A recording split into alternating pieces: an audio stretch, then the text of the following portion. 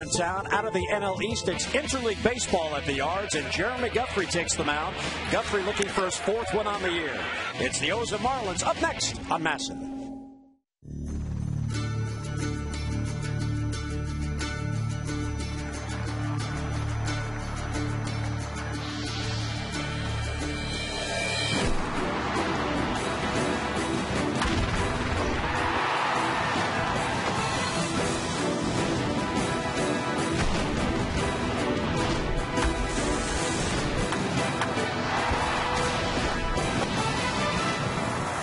It's Orioles baseball on Masson on a steamy summer night at Camden Yards. The Orioles begin the final week of interleague play tonight, welcoming in the Florida Marlins for the opener of this three-game series. And hi, everyone. I'm Jim Hunter. The Orioles back home to begin a 9-game homestand tonight, and they're looking to turn their fortunes around, get a positive surge going.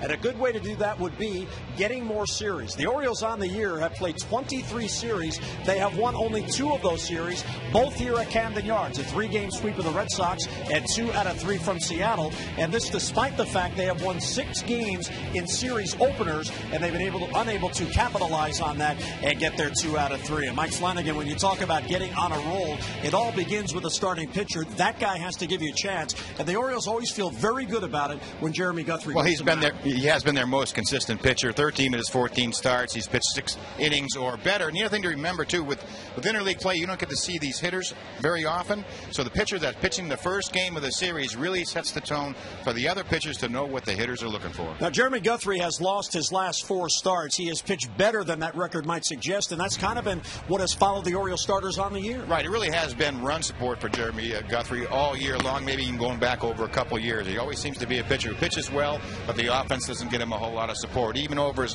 last 4 losses, which are consecutive, he's only allowed or had 4 runs scored from while he's been on the mound. You know, we've talked about this really, it seems, day in and day out all year, the lack of run support overall. How do you, as the starting pitcher, go to the mound and keep that out of your mind? You just have to be an optimist. You have to keep saying, tonight is the night. Well, tonight might be the night for Jeremy Guthrie as he takes the mound. Florida Marlins come in here. It's interesting how they have turned their fortunes around. They have the best National League record against American League teams in the interleague play. Yeah, and hard to explain, but they play great in their ballpark, but they're also pretty good on the road. Well, we're coming right back. It's the Orioles and the Florida Marlins interleague baseball here at Camden Yards on Ty Wigginton T-shirt night. Lineups and first pitch are coming up.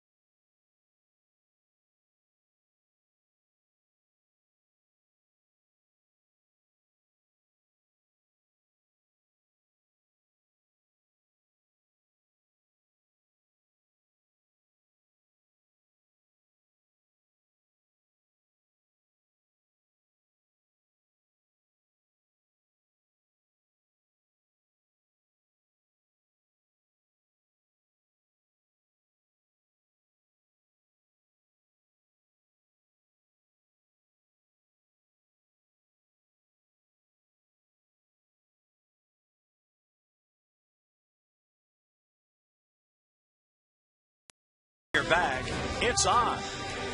A summer evening here at Oriole Park at Camden Yards. Perfect night for baseball. The kind of night hitters like. Maybe the pitchers don't like it so much. And time now for the Train game time temperature here at Camden Yards. It is a balmy and muggy 92 degrees. Visit trainsearch.com to locate an independent Train dealer near you. It's hard to stop a train. So the Florida Marlins are here for the first of three. Let's take a look at the Southwest Airlines starting lineups for the Marlins. Chris Coghlan in left field, Gabby Sanchez at first, and Hanley Ramirez at shortstop. Last year, the batting champion in the National League. Jorge Cantu will DH.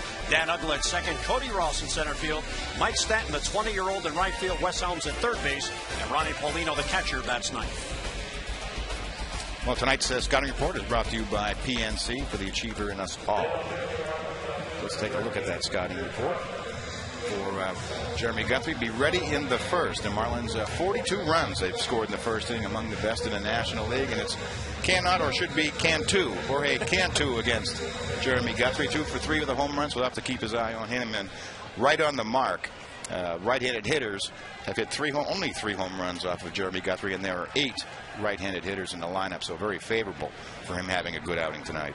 Well, Jeremy Guthrie looking for the win as the Orioles tonight opening up a 9-game homestand. The final 6 interleague games. The Nats will follow the Marlins in. And then next week the Athletics. And there's a strike. And Chris Coghlan takes it. We are underway. Coghlan batting at .276. He is finding his stroke. Last year the Rookie of the Year in the National League. And takes down and in. He's just 25 years old. His second season. A lot of the Marlin personnel raving about this young man, as they have a couple of young Marlins. Fastball misses outside. He became the 3rd Marlin to win that Rookie of the Year award. Dontrell Willis won it back in 2003. And Hanley Ramirez, his teammate now, in 2006. As he fouls it back, evens the count 2-2. They sort of making comparisons about Coghlan to a young Wade Boggs, who uses the field. Though he hits, as you see, the Oriole outfield will be playing around to the left side. Can pull the ball occasionally, but has a good line drive hitter to the opposite field.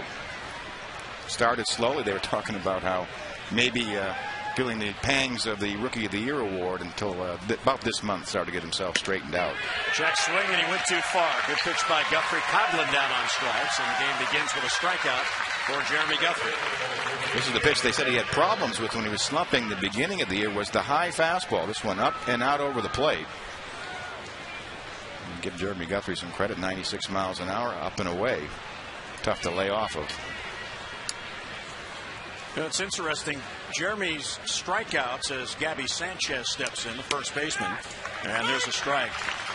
His strikeouts per 9 innings are about 1 less per game than his career numbers, yet his command overall has been better. Well, I think that's what's happening there. Instead of getting into deeper counts.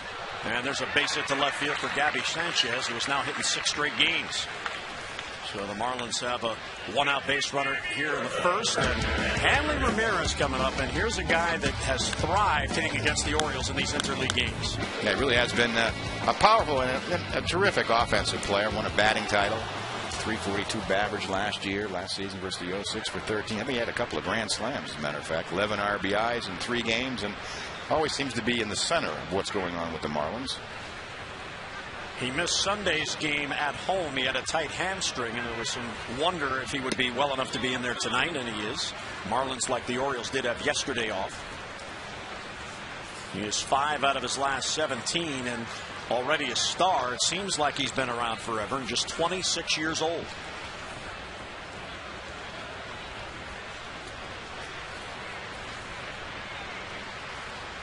Sanchez at first, not a stolen base threat as Ramirez takes a strike. There's Freddie Gonzalez, the Marlins manager, does a very good job with this organization. It's an organization that is constantly, it seems, retooling. Yeah, they pretty much retooled the bullpen with him this year. That probably has been their Achilles heel. That is a foul ball. Foul ball. Guthrie played it anyway, but the home plate umpire, Doug Eddings, says foul ball. It hit the bat and rolled out in fair territory. I'm not sure how that could be a foul ball unless it hit Ramirez before it left the box. No, it sounded like it hit the knob of the bat. We could hear it really all the way up here. Well, maybe it hit his foot. Good angle on that side replay, and that's what Doug Eddings is saying. Juan Samuel, the Orioles skipper, is out for an explanation. Again, a lot of the hitters, modern hitters, they put their pinky finger really over the end of the bat. So sometimes it'll catch that knob when they drop it on an up and in pitch. It definitely had the sound of wood to me. And it's just a question of, see that pinky finger kind of right on the edge of that knob. So the Orioles not only won't win the argument, the Marlins will get an extra base runner because Doug Eddings says that is a hit by pitch. Juan Samuel talking it over with Doug Eddings. This is Dana Demute's crew. Henry Ramirez down at first base, which pushes Sanchez to second. And the Marlins have 2 on with 1 out. Seems like when you see a right-handed hitter hit from pitches from a right-handed pitcher, it's that fastball that runs in, and they're able to get their body out of the way, but their hand is already sort of committed to hitting. You see a lot of balls on the back of the wrist and the elbow. That's why a lot of them wear those elbow pads. 2 on 1 down. Here is Jorge Cantu, who is DHing tonight.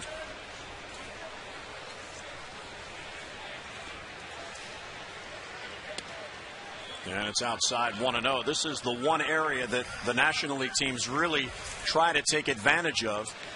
Cantu is a regular on this team, but with the American League rules, he will DH at least tonight, and that allows Freddie Gonzalez to get another player into the lineup and get at bats. A little late on that swing, 1-1. I'm not sure Cantu's used to DH position all those years he played in Tampa Bay. I'm sure the National League clubs look at it as an opportunity to have get one more bat in the middle of their lineup. Marlins about in the middle of the National League offensive departments. Cantu's now 28 years old, and the Marlins his 3rd major league team. Mike mentioned Tampa Bay. He's also played for Cincinnati. 1-1 is swung on. Good pitch. Down and away, and he couldn't reach it. Yeah, Cantu had that great start this year, started the season by hitting in 17 consecutive games. Had a couple of great seasons with Tampa Bay, and then seemed to sort of fall off the map, and then resurrected his career in Florida. 2005, he hit 28 home runs for the Rays. There's the 1-2. It's outside, and it was the following season against the Orioles. He fouled the ball off his foot, and it bothered him the remainder of the year, and he wasn't able to recapture that 2005, in particular the run production, when he drove in 117. 2-2 the count, 2 on 1 down. Grounded slowly foul outside of third. Miguel Tejada will hand the baseball to the third base coach. That's Joey Espada. Juan Samuel and the Birds tonight beginning a 9-game homestand. And you'd like to get on a roll at home after going 2-4 on that West Coast trip. And in order to do that, you need to win number 1. You got to start with 1. Win 1 game, win 1 inning, win an out. 2-2 is blooped. Shallow right. Markakis in on it, has a play. And puts it away for the out. And 2 men down here in the first. Let's take a look at the defense tonight. Patterson will be in left. Jones in center. Markakis in right. Is Torres. Tejada on the left side. Moore and Wigington on the right. Weeders behind the plate. And Jeremy Guthrie obviously is on the mound. And our defense is brought to you by Cisco Federal, a proud mission partner to the United States Department of Defense. So Dan Uggla now, as Guthrie gets the second out. Uggla, a dangerous hitter in the number 5 spot. He does not look that imposing as he stands in there, but he is a big-time power threat. Yeah, he has that sort of quiet power. He's a high strikeout, high walk, high on-base percentage, powerful second baseman. Last year, 31 home runs. Already has 14 on this season. He is the first Marlin in that franchise history going back to 1993 when they joined the National League to have 30 home runs in 3 consecutive seasons. And part of that is the roster turnover. There was some talk at the time whether they'd be able to afford having Uggla. They've been able to keep together. Certainly Ramirez and Uggla, the main core of their ball club. One thing they have done well, they have developed players. They've drafted well, they've developed them. Guthrie's ahead 0-2, and it's outside. A ball and 2 strikes on Uggla. Now, if you're going to watch a pattern from Guthrie tonight, even though Hanley Ramirez was already hit by a pitch, he'll be throwing that fastball in on their hands a lot. Look for fastball in and slider away when he's ahead. Uggla, as we said, is prone to the strikeout. Among the league leaders, he has 70 already. The 1-2 offering is just outside, 2-2. You sort of back him up and then try to get him to lean out over the plate, see which one they'll cover. You know, the first inning differential, there's what Mike was talking about, the second best in first innings. And the Orioles have been the worst, -27. Well, and that's the thing that's ironic. The worst inning for Jeremy Guthrie is the first. So a lot of things happening to set the tone for the rest of this game here in the first. That ball's hit hard, but right at Scott Moore. Plays the hop. He'll get it to first. Guthrie gets out of it. A base hit, a hit batsman, and 2 men left. So Guthrie gets out of it. Florida does not score. We head to the bottom of the first. Here come the Birds.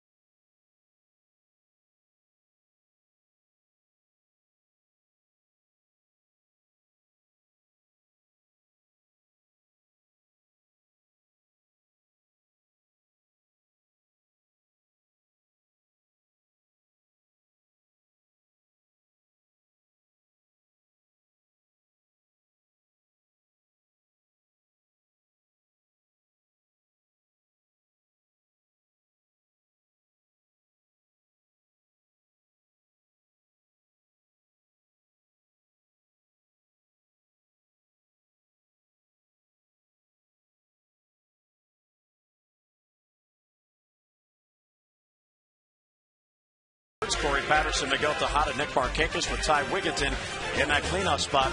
.318 career average and 11 home runs against the Marlins in his career. Luke Scott back at the familiar DH spot. Adam Jones in center. Matt Wieters will catch Scott Moore at second base. Cesar Estures at shortstop. Matt Snyder. Well, tonight's scouting report is brought to you by PNC for the achiever in all of us. For Anibal Sanchez, park it. He's only allowed 3 home runs all year, and I have a flashback go back to 1996, or excuse me, 06. Had a no-hitter in his rookie year, and also watch Wiggy. Wiggy's 12 of 13 home runs are against right-handers. Corey Patterson takes strike 1, so Sanchez, now 26 years old, out of Venezuela, 6-4. You see the ERA, a very credible 3.22. As Patterson bounces it foul. The other thing about Sanchez, Mike, that jumps out at you when you look at the numbers, he's a regular member of the rotation, and he has allowed only 3 home runs all year.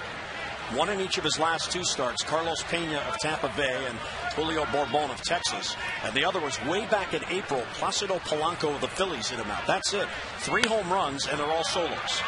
Bouncer to second base. Uggla plays the hop and gets it to first just in time to get the hustling Corey Patterson and 1 away.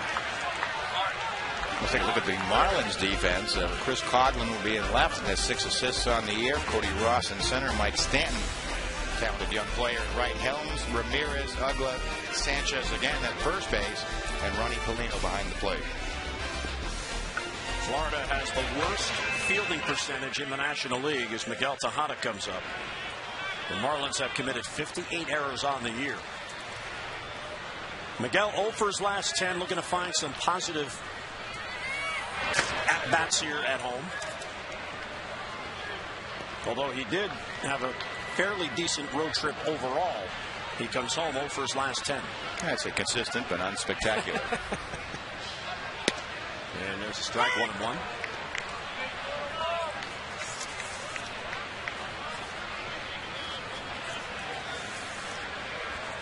Sanchez has 24 big league wins. That really burst on the scene in 06. Ended up 10-3 with a 2.83 ERA along the way. See how long it's been for home runs. The drought continues. Here's the 2-1. High fly ball to center field. Ross broke back. Now will come in on it. And he has it for the out, and 2 men are down. So Sanchez gets the second out. And Tejada, another at-bat without a long ball. He has just 4 on the year. In fact, the Orioles as a team are not hitting home runs. They've hit just 5 over the last 15 games. It's another reason why it is so difficult for the Orioles to mount any kind of offensive surge is they have to get base hit after base hit after base hit and hope they string them together, and that's a difficult way to try to get it done. Well, really, when you have a pitching philosophy, that's how you want a team to beat you, is make them get 3 singles to get a run. And that's really what the Oriole offense has been about this year. And certainly as a former pitcher, that's what you want to do. Make them, I think I can get 3 outs most times before you'll get 3 singles. Strike 1 to Nick Markakis, who had a very good road trip, 381 overall, brings a 5-game hitting streak into this game. Takes it inside, 1-1 the count.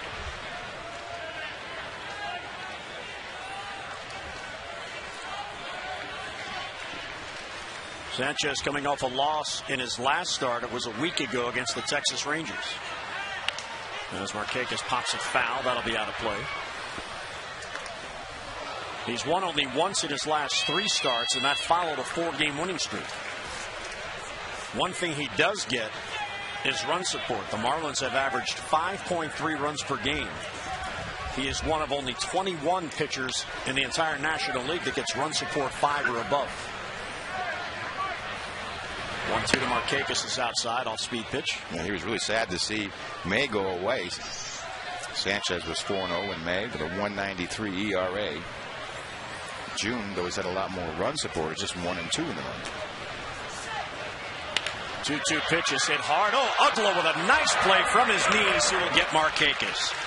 So Ugla, that ball was by him. He was able to glove it in the webbing of the glove. And the Orioles go 3 up, 3 down. Well, after the second at Camden Yards, no score.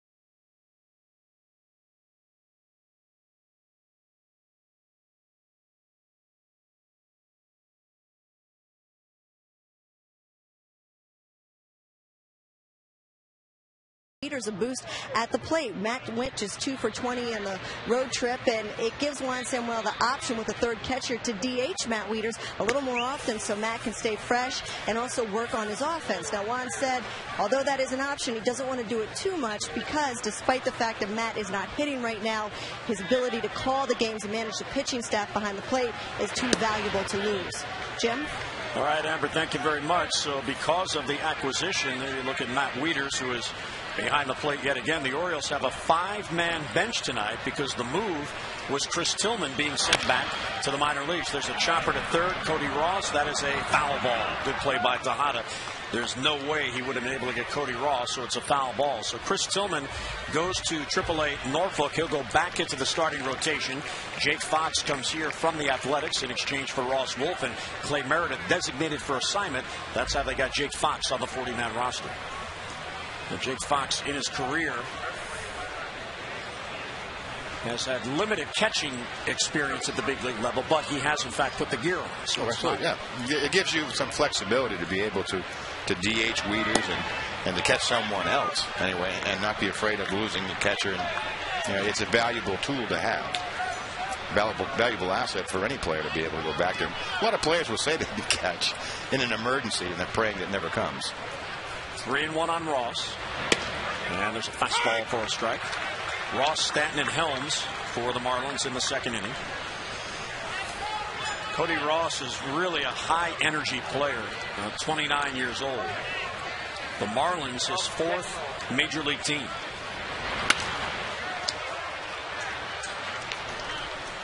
Last year, he hit 3 grand slams, which tied the franchise record for most in a year. And when you look at him, just very similar to Dan Uggla, he does not look like a power threat. Yeah, 5'10", about 190 pounds. And he hit 24 last year. Very solid, 90 RBIs. They will strike out. He's going to let it fly. And it's lowered away, ball 4, and a leadoff walk by Guthrie to Cody Ross. Tonight's second inning brought to you by Luna. Call today for the Luna Double and get your second room of flooring free. Call 877-241-LUNA. And the doubles leaders on the respective teams. Jorge Cantu with 18. Nick Markakis leading the Orioles. He has 22 two-baggers. Orioles in the orange alternate jerseys here tonight. And here is Mike Stanton, the 20-year-old rookie, who was called up on June the 8th. And he was called up from AA. Ross chased back. He will run. This is actually an interesting matchup here when the Marlins get on base, because they have a couple of guys that do like to steal. And the Orioles have done a very good job this year of preventing the running game. The Orioles have allowed 33 stolen bases. Only Seattle at 27 has allowed fewer. And Guthrie, as Oriole fans know, holds runners on very well. Here's a pitch on the outside corner, and Guthrie gets ahead of him 0-2. Stanton in AA this year in 52 games hit 21 home runs and drove in 52 runs. That earned him the promotion. Very talented, multi-tooled athlete. Ross, modest lead off first base. And he won't chase the fastball, up and away, a ball and 2 strikes. Stanton 6'5", 230 pounds or so, second round draft pick in 07. Coming into this season, Baseball America rated him the 3rd best prospect in all of Major League Baseball, and he's already in the bigs. Throw to first, chases Ross.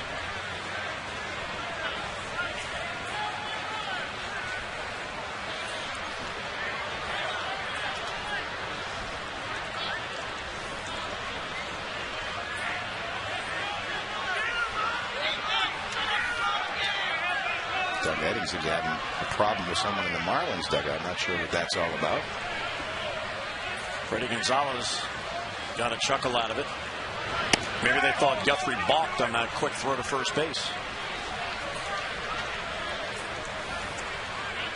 When that followed Brad Bergeson along, there's Jake Fox sitting with bench coach Jeff Datz, learning the signs, learning the personnel. I hope that wasn't a sign. Learning his name.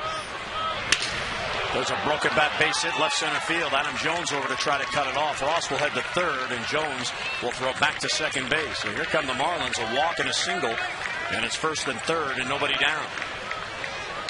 Makes the problem with that leadoff walk, but Stanton just so strong, it breaks his back almost in half. He still drives it out into left center field, and Ross easily goes from first to third.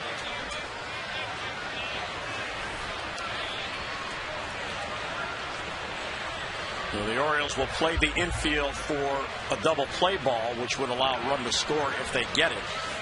And here is Wes Helms, who is playing third base. He's one of the Marlins' top pinch hitters, but because of the DH in the American League Park, he's getting a start at third base tonight. And he takes a strike, 0-1.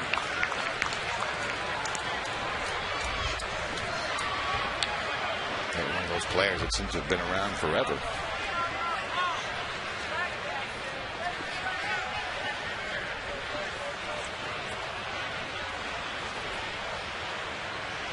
Here's the 0-1 pitch. It's a little bit low, and a ball and a strike on Wes Helms, who is a veteran on this team.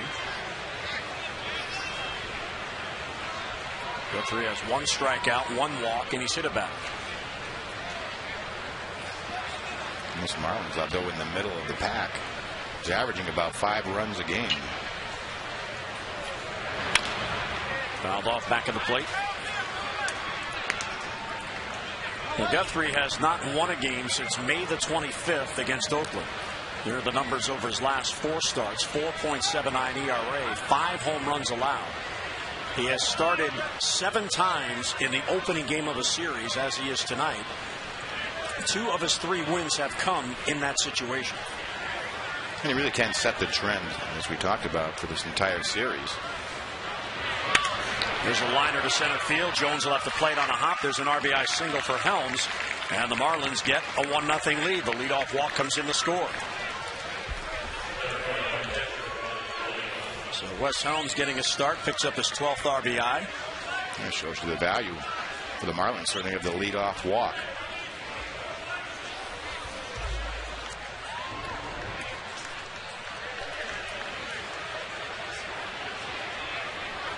Here's Ronnie Paulino, the number 9 batter. And what's interesting about Paulino batting 9th, you saw his average, 306. He is the only starter in the Marlins lineup tonight with a batting average above 300. And he's batting last. Takes outside. 3 home runs on the year for the right-handed hitting catcher. The other thing, the Marlins lineup, it's very right-handed heavy. Only the leadoff man, Chris Coghlan, who's on deck, bats lefty. This ball's hit to right field, chasing Markakis. Nick back on it and makes the running catch. Mike Stanton alertly tags. He goes from second to third.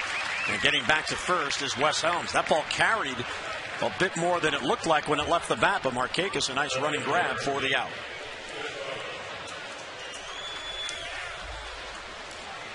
So now Guthrie will try to get out of it with a ground ball for a double play. It's first and third now with 1 down. And here's Chris Coghlan already batting for a second time. The leadoff man struck out, chased a high fastball in the first inning. He's having a terrific June after a very slow start for the 09 National League Rookie of the Year, hitting 406. I think he's one of the harder men to double up. Second best batting average in June, best on base percentage. Yeah, that's a little bit low. When you're trying to get a hitter back into a consistent groove, the hit and run sometimes is brought into play. Wes Helms, who was on at first base, is not really a stolen base threat, but sometimes a manager will put that on, so the hitter will have to concentrate simply on making good contact. Yeah, and also a way of staying out of the double play. And again, we talked about Coghlan not prone to hitting into double plays.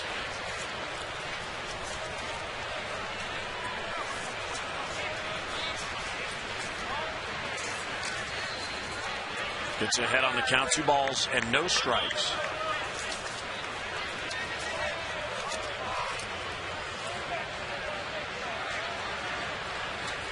He's among the hardest to double up. Matter of fact, the Marlins have 2 players on that list. Bounce it back, 2-1. Well, Coghlan is an example of drafting well and then developing that draft pick well. He was a compensation pick in the 2006 draft. And the Marlins got that extra pick because A.J. Burnett left as a free agent and signed with the Blue Jays. He was a third baseman in college at the University of Mississippi and now an outfielder in the big leagues. There's a liner off the glove of Scott Moore into center field. There's another base hit and another run will score as Mike Stanton comes in. Moore nearly able to glove that. It just went off the tip of the glove for an RBI single. Yeah, well centered by Coghlan. He hits this ball right on the button. It's not that really far away from Scott Moore.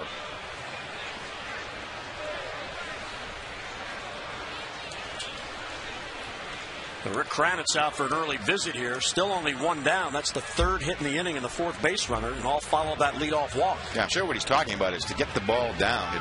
Like we saw, he jammed Stanton, but he was able to get it over the infielder's head. And that's because the ball was up. If that same pitch is down and you break the bat, it's a grounder. The ball's being hit in the air. The pitch to Coghlan was up in the zone.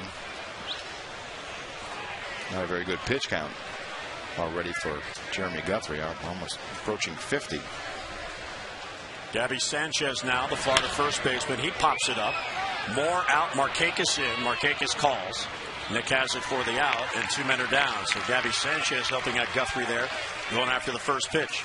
Well, don't forget this Saturday you can celebrate the 40th anniversary of the 1970 World Champion Orioles.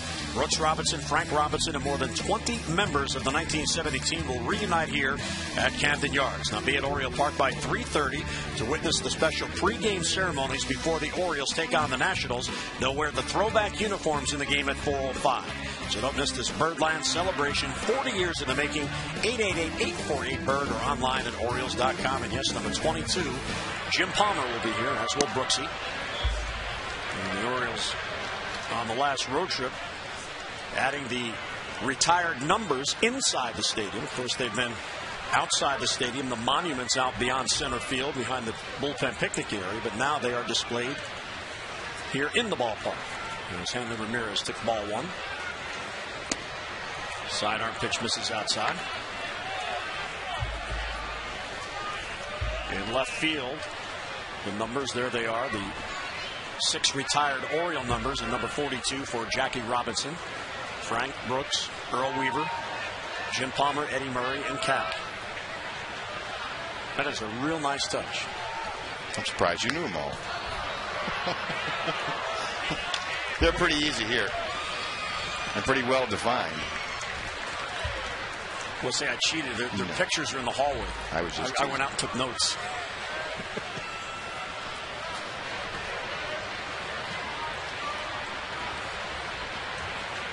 Well, your number was so popular, the guy in the mound's wearing it. That is true. Your number was too valuable to retire. Too valuable to use. They wanted to retire mine with me in it. Oh, that's not true. But no, actually, Jeremy Guthrie, when he came over, when we claimed him, one of the first things he said to me, he said, "Would you mind if I wore your number?" He goes, "When I was a little kid," which made me feel really old, but when I was a little kid, the first glove that I had was a Mike Flanagan model glove, and I would be honored. And I told him, "Look, there's plenty of wins left in that shirt, so be my guest." Yeah, but the strange thing is, what was he doing with a lefty mitt? Here's the 2-2 pitch to Ramirez, fouled off. Well, that's when I knew he would struggle. Here's a Stanford kid. He's got the glove on the wrong hand. I mean, come on. He is really laboring here early on. This is the 7th batter to come up in the second inning, trying to minimize the damage here. This will be the 50th pitch of the game for Guthrie coming up.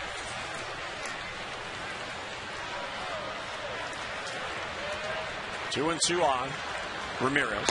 And just outside, ball 3. Yeah, that's the one he hasn't been able to nail tonight. He's been around that outside corner, but been able to sort of nail it down. He's tried to get some hitters to chase it off that corner, but just hasn't been able to. He's been good with the fastball to the inside part, but not the breaking ball away. Helms and Coghlan will be off with the pitch. Full count with 2 men down. And it's fouled off. A little late on the fastball. Some good movement there. A good late movement. Still mid-90s. The temperature and the fastball. Guthrie has the 7th worst run support in the American League, and the Orioles still have 3 of the 7 worst supported starters in their rotation. Millwood, Mattis, and Guthrie. Really a list you do not want to be on. Another 3-2 pitch is popped up back at the plate. That'll be in the crowd just below us. But we are pleased to announce that Kevin Millwood, off his first Oriole win the other night in San Diego, no longer is the worst supported pitcher in the league. He has been replaced by Dallas Braden, Mr. Perfect Game at the Athletics. Kevin is now the 2nd worst supported pitcher. Well, he's moving up or down, is it? Exactly. On the list. But actually, eventually would like to be off that list. There are the runners. The lead runners, Helms at second, Coughlin at first. With 2 down, they'll be off on the 3-2 pitch. Hot night here at Camden Yards. Muggy day. Fans in the dugout. Runners go, and the pitch is lined to right field. That's going to get down for a base hit, and that's going to roll towards the wall. Here is Helms to score. Coughlin is being sent. The throw will be cut off by Scott Moore. Throw to the plate, not in time. And there's a 2-run double with 2 down for Hanley Ramirez, and it's a 4-run inning for the Marlins. So it couldn't put him away as a couple of foul balls, and here's the base hit. Yeah, he just kept working the count, fought off some tough pitches, took that breaking ball off the plate, and you can see how he won a batting title. One time he'll turn on the inside pitch, next time he inside outs it. So Ramirez now with 42 RBIs. Juan Samuel looking on from the Oriole bench, and Guthrie unable to get that 3rd out before another run came in. And now trails 4-0. Jorge Cantu now, the 8th Florida Marlin to bat in the top of the 2nd. And he hits him. And there's a warning by Doug Eddings. I have no idea what Doug Eddings is doing here, issuing a warning. If that's intent, boy, is that a short fuse. Just probably trying to keep control of the situation. Really gets under this fastball. You see the elbow drop right into the ribs of Jorge Cantu. It's partially due to he's hit a couple already tonight. Well, does Doug Eddings know he's now hit 7 on the year? I mean, this is not exactly a news flash of Guthrie hitting batters. I think it's his sense of what's going on in this inning. Not really sure how the 2 managers involved feel about it. Well, Sanchez now has lost at least some aggressiveness inside. And here's Dan Uggla. High fly ball center field. Adam Jones has a play.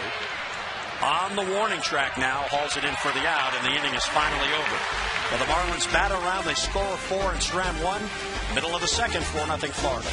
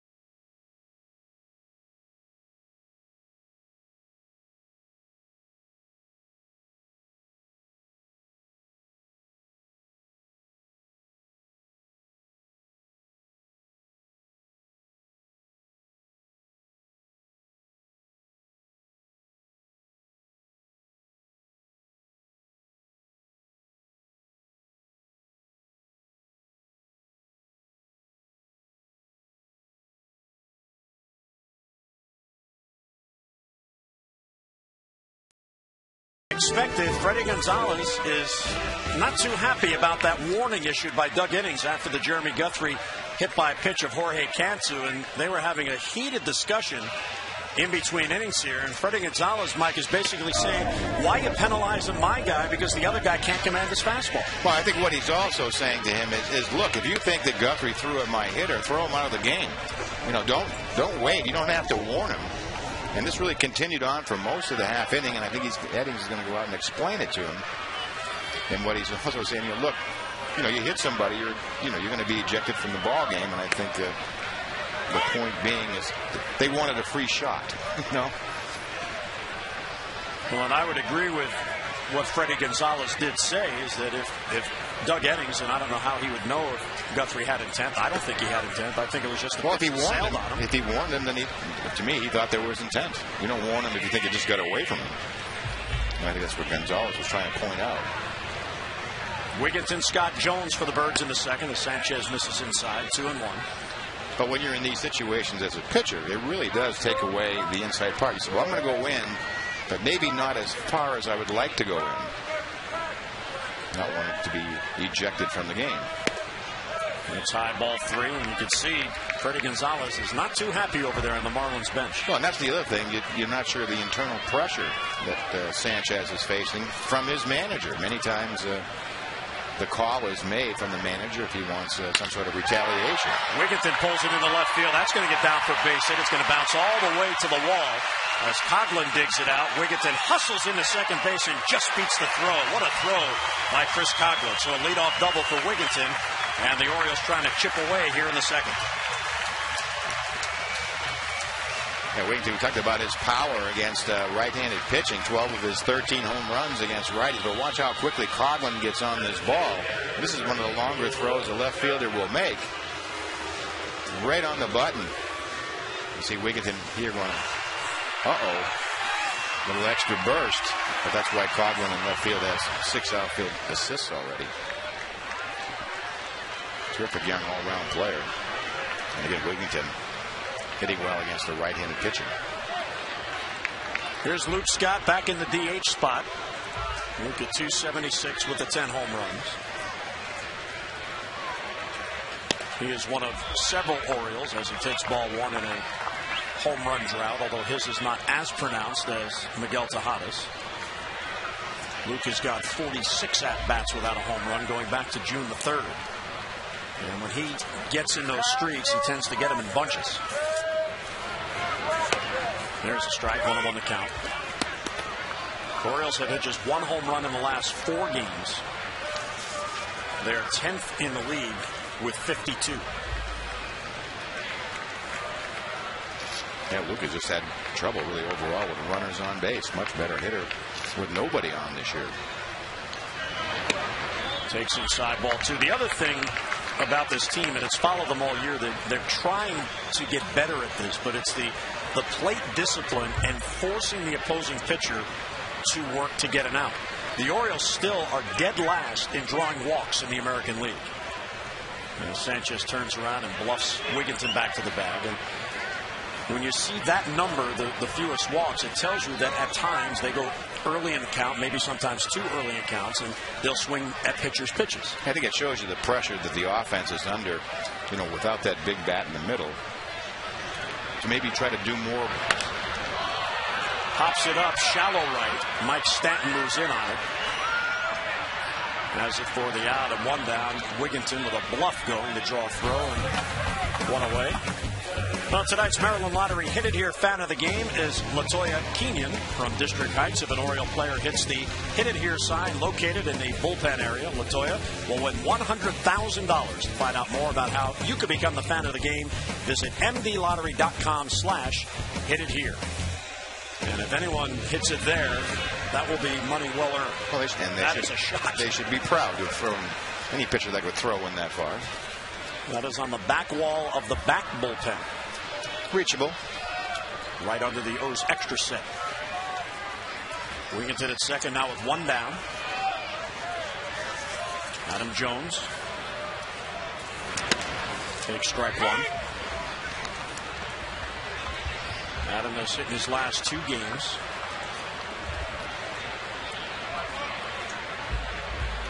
Juan Samuel and the Birds in a 4-0 hole here after a 4-run top of the second for Florida. Broken bat bloop. That's going to fall for a base hit. Wigginton will get to third and hold there. He had to make sure that that ball would get over the head of Hanley Ramirez. So the Orioles trying to come back now on Sanchez. Have 2 on and 1 down with runners on the corners. Well, Matt Wieters trying to find his stroke. This double on Sunday drove in 3 runs in a 4-run first inning. And that snapped a long drought, 0 for 16 when he got that double. He had on the road trip just 2 base hits. One was a solo home run, and then that 3-run double. That was it. So trying to get something positive going here at home. To his credit, though, he did play in that game on Sunday, day game after a night game, despite the fact that he was struggling. And he came through with the base hit in his first at-bat. I don't know if Matt's ever been in sort of a prolonged slump. My guess is he never has been, so this is the learning experience. And I think the thing for a young player like Wieters is not to try to do too much too soon every day. In other words, not try to get 7 hits today. Just going to have to be patient and sort of chip away at that average overall. And I do think his numbers will go up, and certainly I think his power numbers will develop. High fly ball, left center field, has some carry to it. Back it goes. That ball is gone. There's a home run. Wieters hits it out the opposite way, and the Orioles are right back in it. On this warm June night at Camden Yards, he got it up in the jet stream, and it carried out. 3-run home run for Wieters, and it's a 1-run game.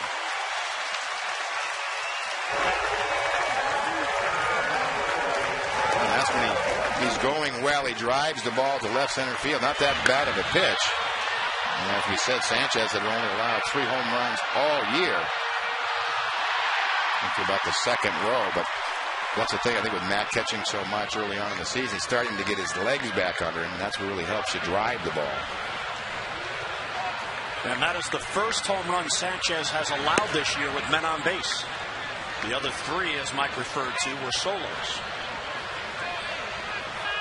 So the Orioles watch Florida get 4 on the top of the second. They come right back with 3. And here's Scott Moore to center field, chasing Cody Ross back.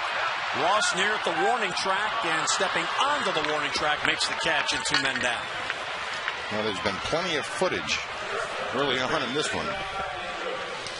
So Matt Wieters hits number 6. Now it's 24 RBIs.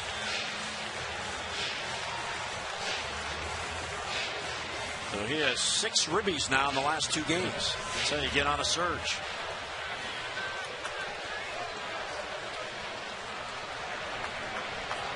So here's Arias, first ball swinging, fouls it back.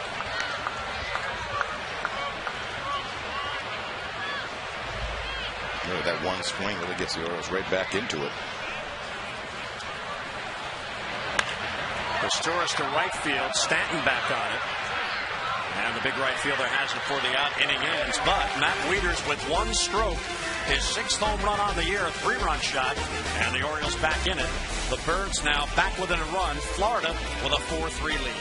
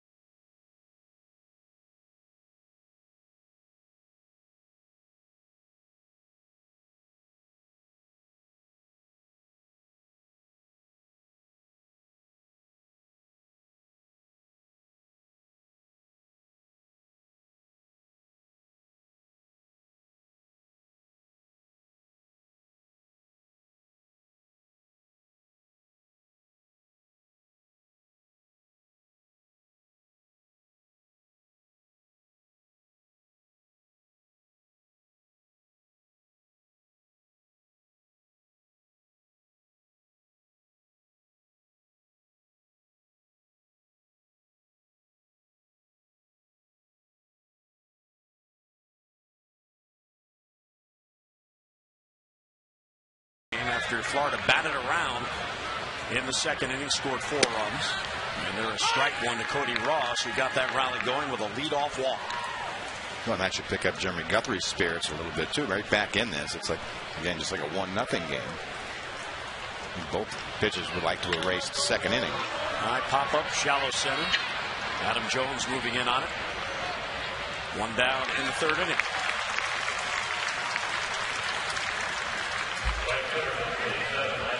Here in from the bullpen picnic area at Camden Yards on a real nice night for baseball. Yes, it's warm, but it's summer. Officially summer now. Here's Mike Stanton, who contributed in the rally last inning.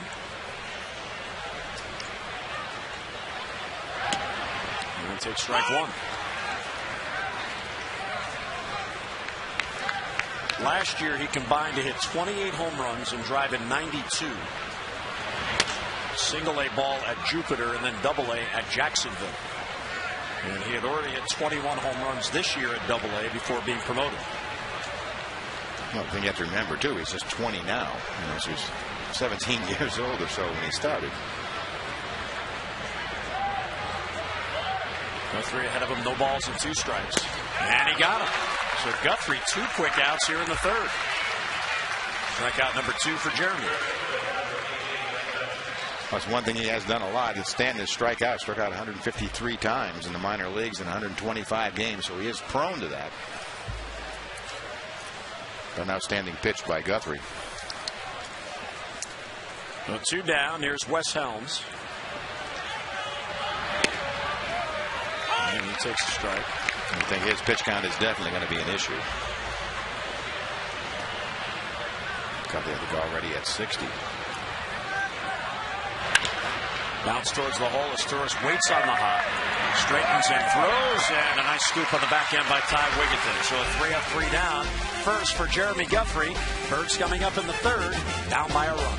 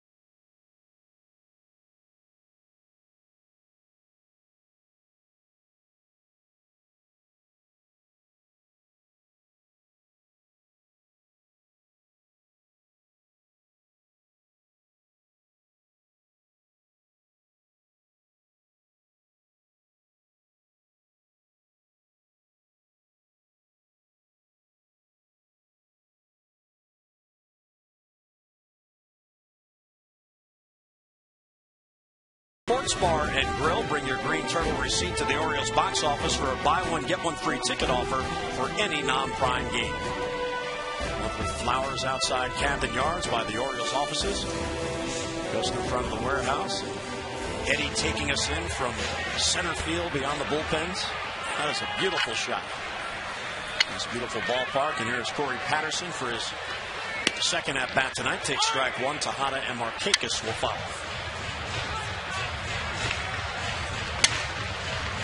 Corey grounded out to second base his first at bat.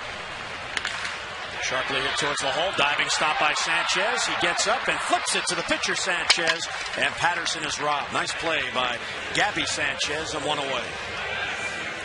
Well, certainly with Corey Patterson's speed, you have to do everything correctly. So nice job by Sanchez to his knees and gives Sanchez a little bit of a high throw. Abby Sanchez at first base. He's just 25 years old. And here's Miguel Tejada. Miguel flied out to center field his first at bat. And then takes strike one.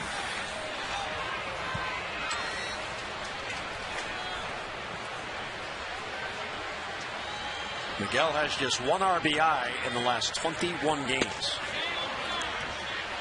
So not only is that home run drought continuing, the RBI drought as well. In fact, he has just one RBI the entire month. That makes for a long month. Good eye, takes outside, ball two. Not driving in runs and haven't had a whole lot of opportunities when they have a few people on. You see the difference in the value of having someone in the middle of the order that can hit a three-run homer. And there's a base hit to center field for Miguel Tejada. So Miggy gets on with one down, a big turnaround first. And then the Orioles have the tying run on with one down. Don't forget this Sunday, first 20,000 fans 15 and over will receive a replica throwback 1970 Orioles cap presented by DAP. Plus, all kids 14 and under will have the chance to run the bases here at Oriole Park following the game against the Nats at 1:35. So gather up the family and enjoy a nice day of baseball here. Daytime baseball at Camden Yards. 888-848-BIRDS or online at Orioles.com. And there's the cartoon bird hat. It's going to be a big weekend here with the 1970 World Series championship team being honored as Markakis fouls it back. Throwback uniforms that day on Saturday. Orioles wearing their 1970 replica jerseys, and the Nationals will wear 1970 Washington Senators jerseys. A little bit before my time, but you were a wee lad in New Hampshire.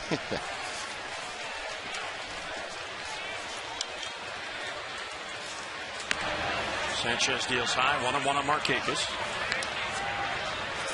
Nick was robbed his first at bat on a nice play by Dan Ugler. There have been two nice plays by the Marlins in this game to rob base hits, and this is the worst fielding team in the National League. I would say they haven't lived up to their reputation as being a poor fielding club. Markakis pops it up to shallow left. Coughlin comes in on it. And the left fielder calls, has it for the out, 2 men down. So Nick is 0 for 2, and Tejada back to first.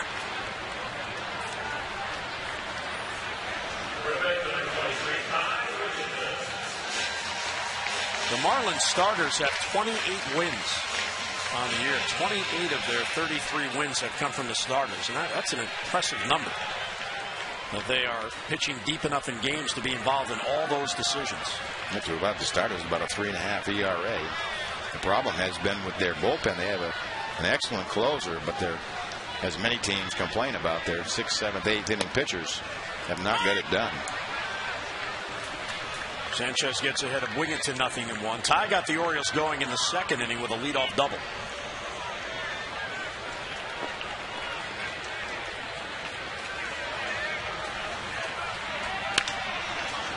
Good hack, aggressive hack, and he fouls it back. Wigginton with 13 home runs. His last home run came exactly 1 month ago today, May 22nd. He has settled into that cleanup spot for the Orioles. Juan Samuel looking on from the bench. Tejada is not a stolen base threat, does not have a steal on the year. 0-2 on Wigginton with 2 down, and Sanchez taking his time.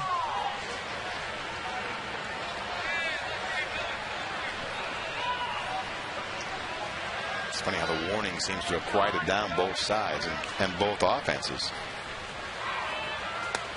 Over but low, and a ball and 2 strikes on Wigginton. You see that sometimes when there's a warning or you figure there's going to be some retaliation. Many times you walk up there, which is probably a good idea. They gave the warning out that there will be immediate consequences. When it doesn't happen, you allow, I guess, not a free shot, but a retaliation shot. hitters will go up there thinking, is it going to be me? You know, a lot of times used to pick the spots, 2 outs, nobody on. Maybe the first guy leading off an inning. But I think giving the warning has erased some of that thought. Ball and 2 strikes on Wigginton. Fouls it back. The Orioles are hoping in this series to be able to take advantage of the Marlins' inability to throw out potential base stealers. Juan Samuel wants them to be very aggressive in this series. The Marlins have allowed 57 stolen bases on the year. There are only 3 teams in the National League that have allowed more than that. So if you have a guy on, Corey Patterson in particular, if he can get on base in this series, he might be able to pick up some stolen bases. Right, and that's part of the problem. You know that disadvantage is there really for the Marlins, but for the Orioles, have the right guys to take advantage of it. Patterson certainly falls into that category. Tyler, he stole some bases when he was earlier in his career. Just don't have that kind of speed to really be taken advantage of. Well, in the Orioles lineup tonight, Patterson has 10 and Asturias has 5. They are the 2 leaders in the lineup tonight. Corey's 0 for 2 and was robbed leading off this inning. Opposing base stealers against Sanchez are 7 of 8, and Tejada's got a big smile saying, does he think I'm running? Well, you were just talking about the stolen base, and I'm sure that's exactly what Mickey's saying. I haven't run since 2001. Here's a 1-2 to Wigginton, pulled and fouled down the line.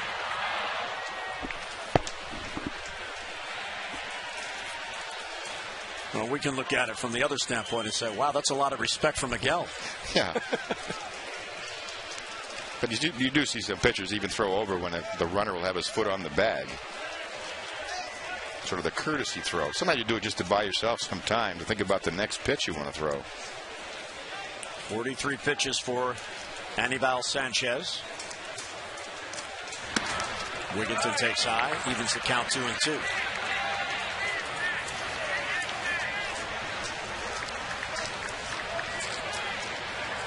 Sanchez is now in his 5th season, and he was one of the players that the Red Sox traded to Florida in the Josh Beckett-Mike Lowell deal.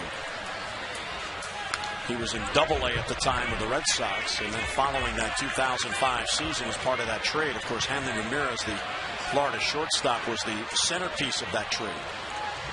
But Sanchez at the time was a relatively unknown, except in baseball circles, a Double-A pitcher for the Red Sox. As the sun shining off the warehouse windows. 2-2 on Wigginton. Real battle here.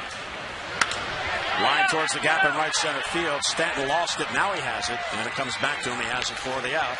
A 1-out single and a man left. We play 3 at Camden Yards. Marlins with a 4-3 lead.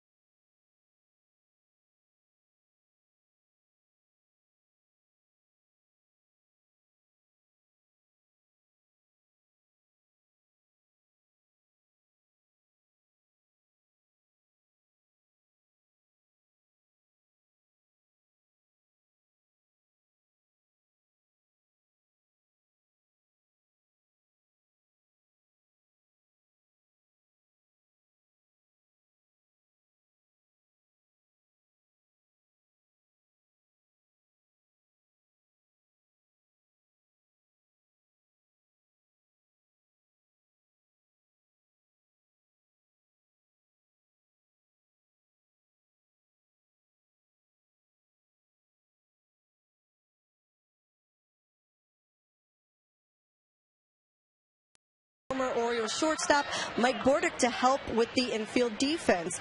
Now, Mike said the first couple of days he's just going to watch and observe, and then he's going to give some advice later on. But he said overall, especially with the younger, more inexperienced second baseman like Scott Moore, he's going to focus on teaching them how to anticipate what's coming next. And he said by that, they need to really know the hitters that are stepping in the box, look at the spray reports, figure out what their pitcher throws, what their tendencies are, try to anticipate where the ball is going to go next. And he thinks that will really help them focus and get better on their infield defense. Jim? All right, Amber, and that is a real good move by the Orioles, because in terms of game preparation, there is no one that has worn an Oriole uniform that was better than Mike Bordick since I've been here anyway. He came in '97, and his preparation outstanding. Yeah, he didn't have the greatest of throwing arms, but boy, could he play shortstop. Grounded foul off the bat of Paulino. And, there's a lot of things going on behind the scenes that really are exciting to observe. Mike Bordick is a roving minor league instructor, and he'll visit teams, 4, 5, 6 days working with prospects, and not only on the fielding aspect of it, but on what it takes to be a winner. And you have to develop that type of mentality, in particular with the extra work. It's what do you do? What don't you do? Yeah, many times it's the thought process that when you go into it. There's so much that goes on between pitches, and we think some people think it's a really slow game, but if you're an infielder, you have to measure the count. If he's ahead, behind, do I take a step to pull, to step up the middle?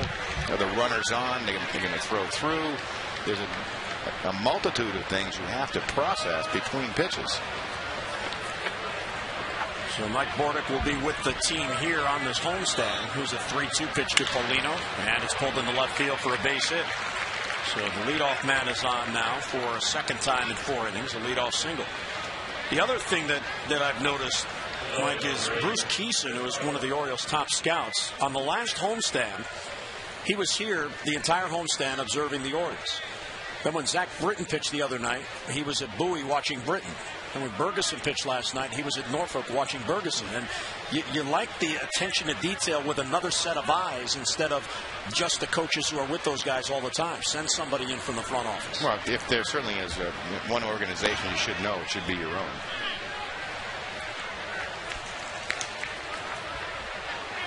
As Coughlin showed bunt, pulled the bat back. Paulino, the catcher at first base, 1 steal on the year. Coughlin has 2 sacrifice bunts. Swings away and he pops it up.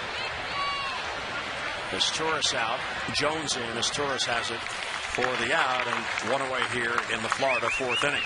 Time now for the AT&T Mobility Trivia question. Which ex-Oriole is the only Marlin to win an All-Star Game MVP? I know. I know that also. Oh, we both know. Because I was at the game. Is it the same name? Jeff Conine? That would be he. Jeff Conine? He was in Texas, 1995. Jeff is still with the Marlins. He's an advisor in uniform before home games. Now there's a guy who had a winning attitude. A lot of times just an attitude. That's okay. Gabby Sanchez fouls it off. Tough second inning for Jeremy Guthrie, but he retired the side in order in the 3rd and now trying to work around this leadoff single in the 4th.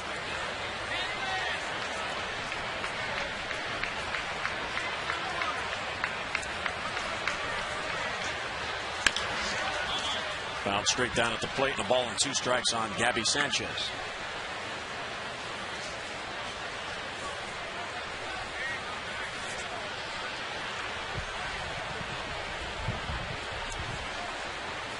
The Marlins have 3 players on their active roster with the last name of Sanchez. And 2 are in the lineup tonight, and you don't know the reliever, Brian Sanchez, although his name is spelled differently. Sounds alike, but spelled differently, huh? Ends with an S, not the Z, the traditional spelling. Gabby Sanchez is at the plate. He played in college at the University of Miami. Slow roller back towards the mound. Guthrie off quickly, goes to second, out there, back to first, not in time, but a nice athletic move by Guthrie to get that lead runner. two down on the force play at second base. Guthrie's always been a very athletic fielder. He really is another infielder. Quickly off the mound, that again shortstop-like throw to second base. Now that's a good example of what you were just talking about. In between pitches, thinking about what will happen if you get the ball, knowing that that was the catcher on at first base, not a lot of speed. Took his time, made a good short throw. There's a bouncer to Moore, who will step on the base and force Gabby Sanchez, and the inning ends. So base hit and a man left.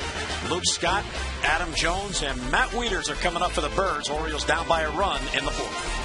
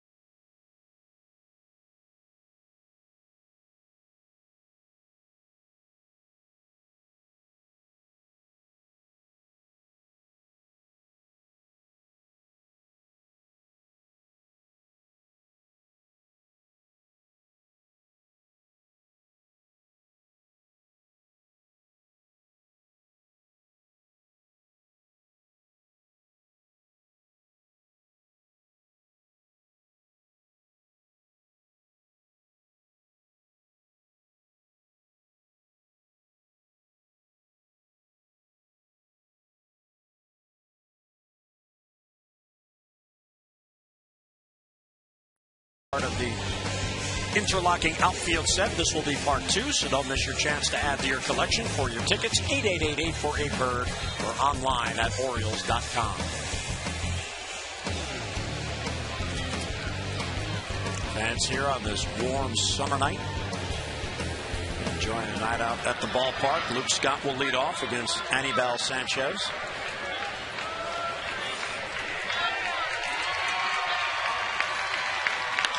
And Luke to center field, chasing Cody Ross back, still going, at the wall, he reaches up and makes the catch.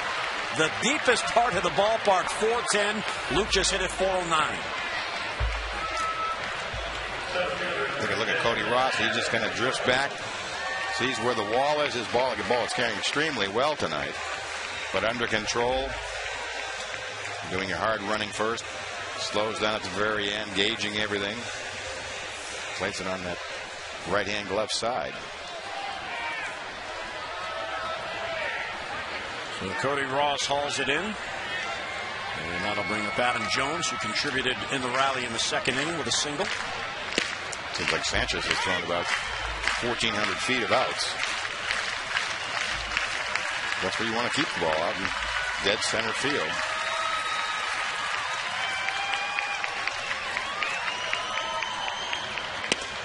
There's a fastball right there, and it's quickly 0-2 on Adam Jones.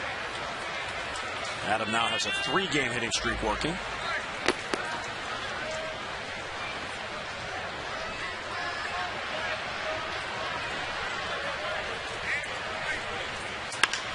Bounce to it short. Ramirez plays the hop, straightens and throws high, but the foot back down on the bag by Gabby Sanchez, and 2 men out.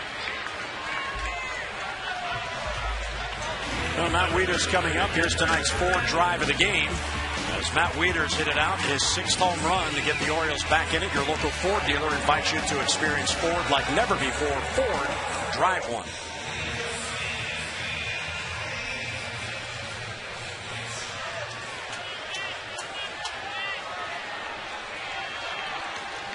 So Matt Wieters maybe getting on a power surge here. He had a home run last week in San Francisco. That's one here tonight.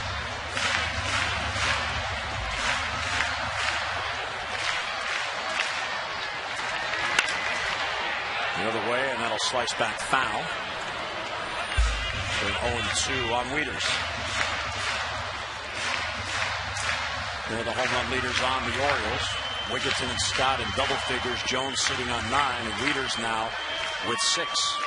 Creeping his way up. If he keeps hitting on that left center field area, he'll get up to double figures pretty quickly. Ball really carried well. Just inside. And I've noticed here that the home plate umpire, Doug Eddings, Mike, at times he'll be down on a knee, and then other times he is standing straight up over the catcher. And I'm wondering as a pitcher if that would bother you. There's a bouncer to first. Sanchez bobbles the ball, picks it up, and flips to first to get Wieters for the out. More on that when we get back. 3 up, 3 down go the Birds. We'll head to the 5th at Camden Yards. 4-3 game. The Marlins have the lead.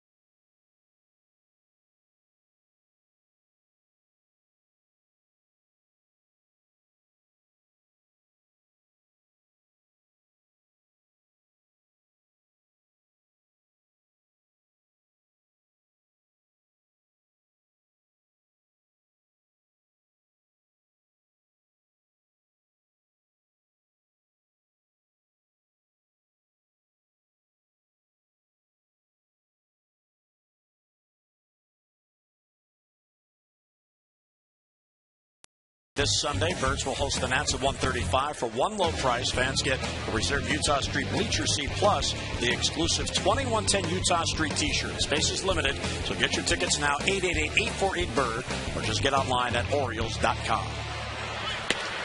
5th inning, strike 1 to Jorge Cantu. Ugla and Ross will follow.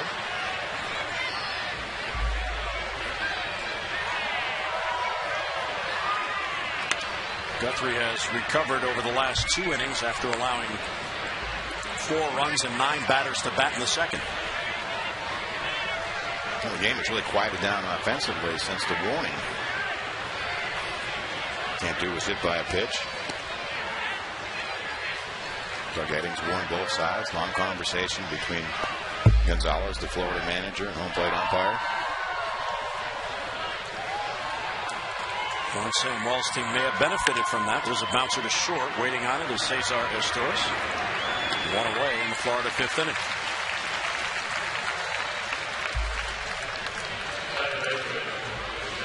Night games tomorrow and Thursday against the Marlins.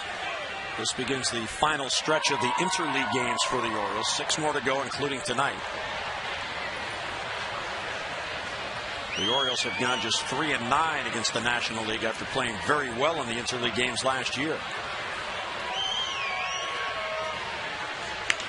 Broken bat, foul ball. Look out. The barrel went into the stands right over the Florida dugout. And Ugla will have to get another bat. First, I thought the bat was broke, but it looks like it'll come back and enter the game, and the fans will boo, and he'll give them a brand new bat.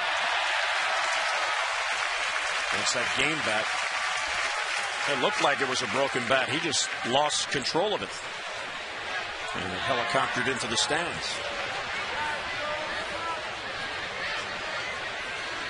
Those game bats are precious. Good pitch by Guthrie, swing and a miss, 0-2. Yeah, especially if he had some hits in it.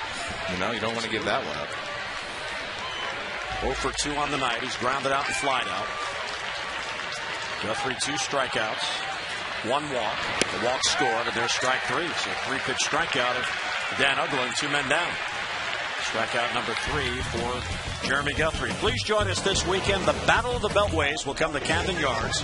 We'll have wall-to-wall coverage for every Nats and Orioles fan.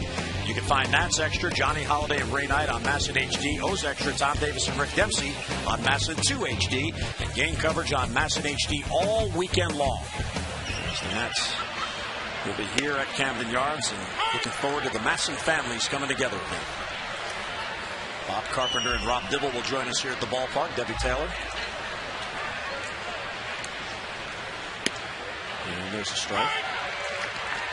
Mike Flanagan will join us for the happy MASN family. Busy time.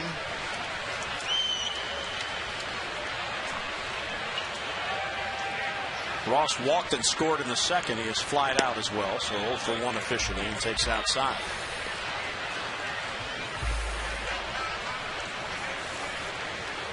Total of 10 hits in this game. The Marlins have out-hit the Orioles 6-4. It's a 1-run game. So all the offense for both teams pretty much the second inning. The rest of the game's been pretty smooth. There's a bouncer foul. We want to send our congratulations to Zach Britton of the Bowie Bay Sox, who today was named to participate in the Futures game that will be played before the All-Star game in Anaheim. That is a big honor, and he deserves it. He's had a good year.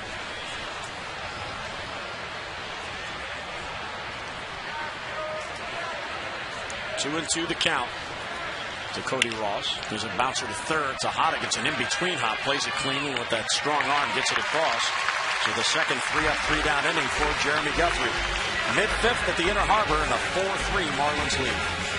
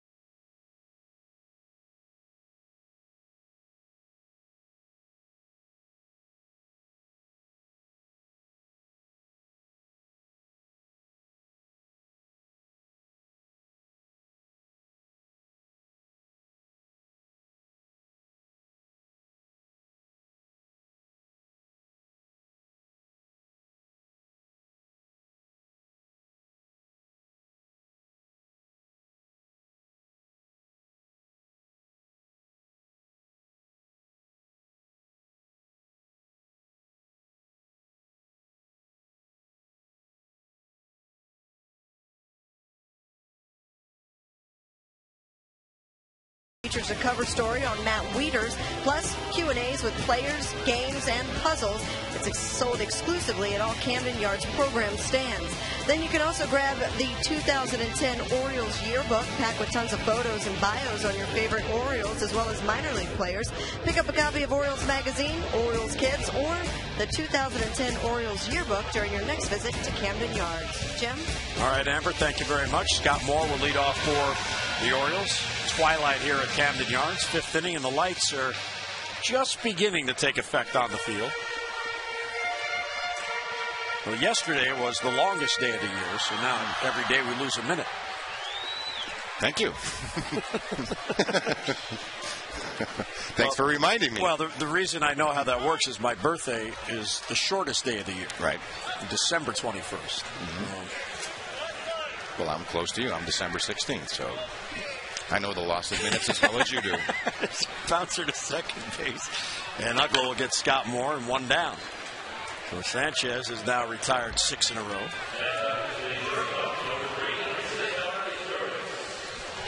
Well, on my failed attempt, obviously, at meteorology, what I meant by that is that's why it is still quite daylight here. Well, the day is long. Yeah, but my longest day of the year was that 30-3 game we had a couple years back. That was I was there for me. In fact, I was in this chair. And the next day didn't feel a minute shorter. We just blame Palmer. He did the game. Jim just didn't have his good stuff that day. 1-0 to Asturias is inside and may have gotten the shin guard of the umpire. Sanchez has not walked a batter. He also has not struck out a batter. And this despite averaging about 7 Ks per game on the year.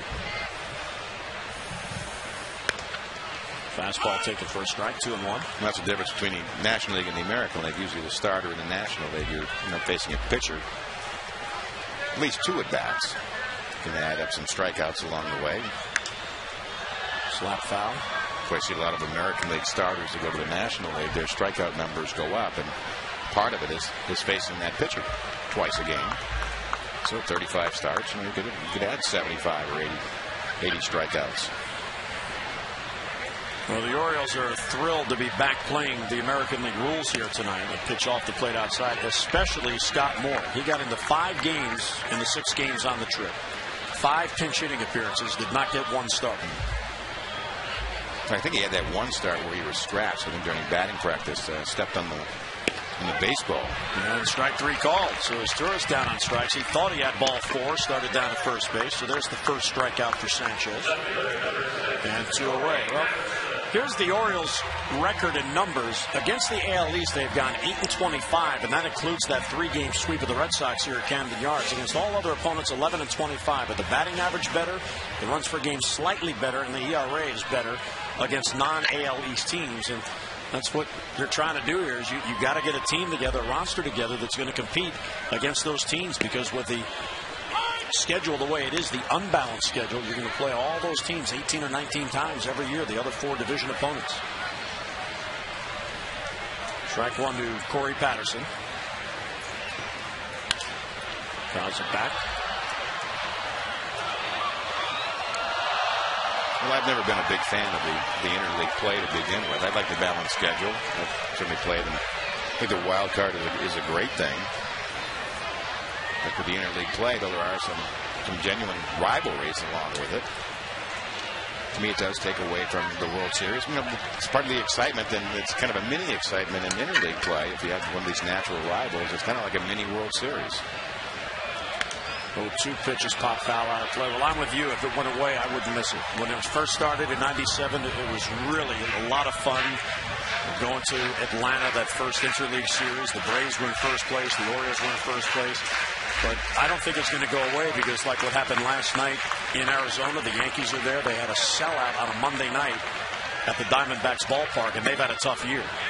So for every one of those you'll have a series where the fans really are not that excited about. Right, and that's the schedule being unbalanced. You're playing these teams. One division against another division is it's a mismatch. In other words, at the end of the season, not everybody's played the same competition. Some years you get real tough competition. Other years you can get real light competition. Whereas Minnesota just played at Philadelphia. That was a fabulous series. The Yankees are going to be playing the Dodgers this weekend in Los Angeles, kind of renewing the Brooklyn-New York rivalry.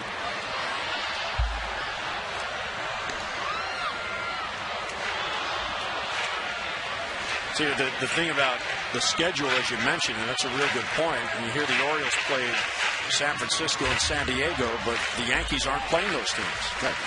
The Orioles this year didn't see Arizona or the Dodgers, and the Yankees are playing them. The Red Sox tonight are in Colorado. There's a swing and a miss.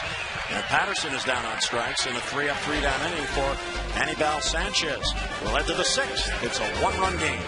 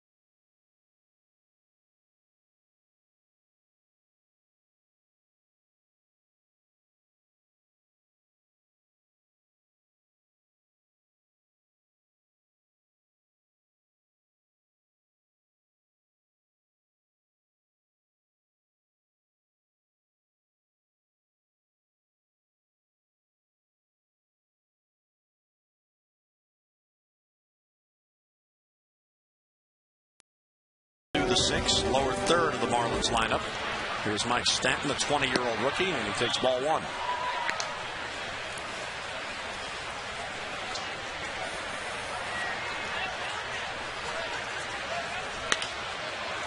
Off the end of the bat to right field, and on it is Markakis. And Nick puts it away, so a 2-pitch out.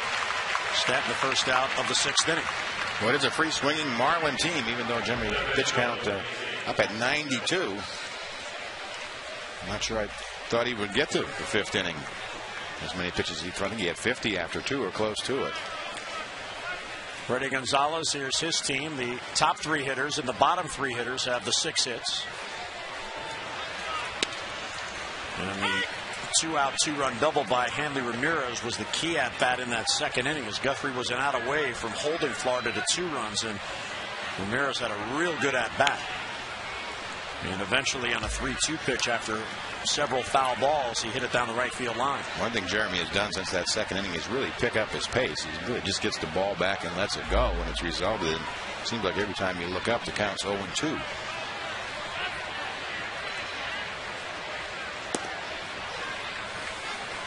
Down and away.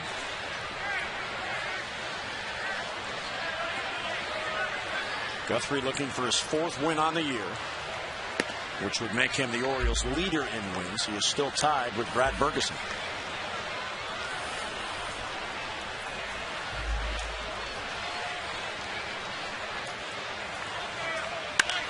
That ball's hit hard right to Scott Moore. A couple of steps to his left has it for the out. And 2 down in the 6th inning. This summer, your kids can learn how to play like the pros from the pros at an official Orioles summer baseball camp. Kids ages 7 to 16 will enjoy 5 days of professional training, appearances by current and former O's, free membership to the Junior Orioles Dugout Club, and even the chance to play at Oriole Park. The registration is open for the July 19th through the 22nd Orioles Summer Camp at Memorial Park in York, Pennsylvania. For additional dates and details, 410-472-3500 or get online, Orioles.com.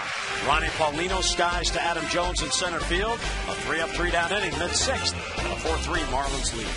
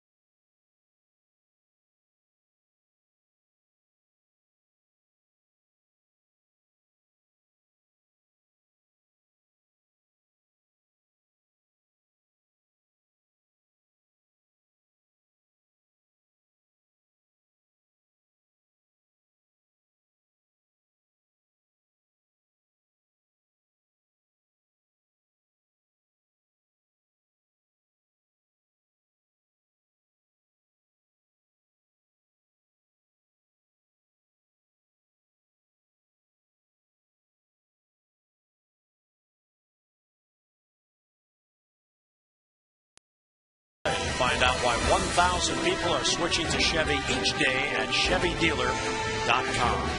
A lovely night in the Inner Harbor. There's the Duck family enjoying an evening swim from one side to the other. Anibal Sanchez gets set to work here in the 6th inning, protecting a 1-run lead. He's trying to win his 7th. Tejada leads off. Markakis and Wigginton will follow.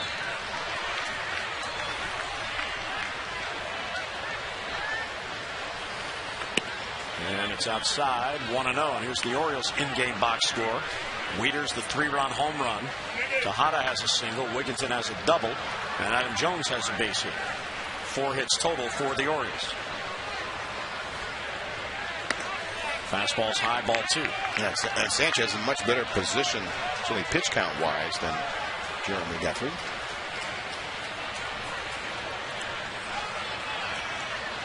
He'll go 1 out of 2 with his single his last at bat. There's a strike at the knees. Good pitch. Not sure Miggy thought it was. Slight breeze blowing. There are thunderstorms in the area. Fortunately, they are nowhere near Camden Yards. There was a band that went through below the city line and a band that went through above the city line. Some nice clouds overhead. That's right over the grandstand behind home plate. 2-2 on Tejada, leading off in the Orioles 6th. Line hard right to Dan Uggla at second base. They had him shaded up the middle, and Tejada hit it right to Uggla for the out. One of the harder hit balls of the game, and it's an out. The one frustrating aspect of hitting is you can't guide the ball. You get a good swing, you make good contact, and you hope it lands somewhere they're not fielding. And that one hit as hard as you're going to hit it and right to the fielder. Yeah, all teams have spray charts. They know pretty much where hitters' tendencies are, where they hit the majority or the odds on where they're going to hit the majority of their hits. Defense an important part of it. Markakis fouls it back. Many times it's subject to the execution of the pitcher. In other words, you can cheat a couple steps up the middle against a certain hitter, but the pitcher has to execute to be able to do that.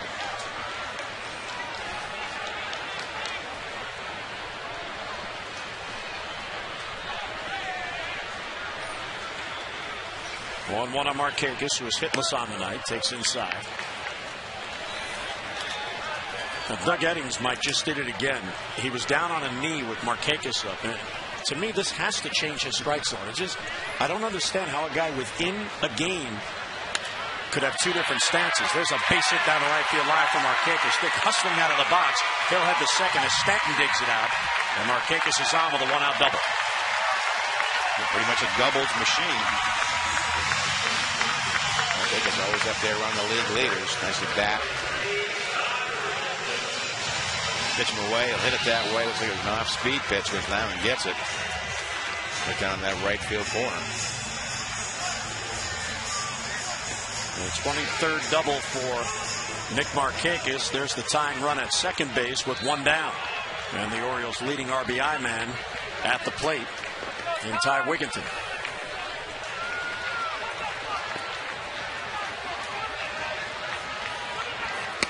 Fastball's high, 1-0.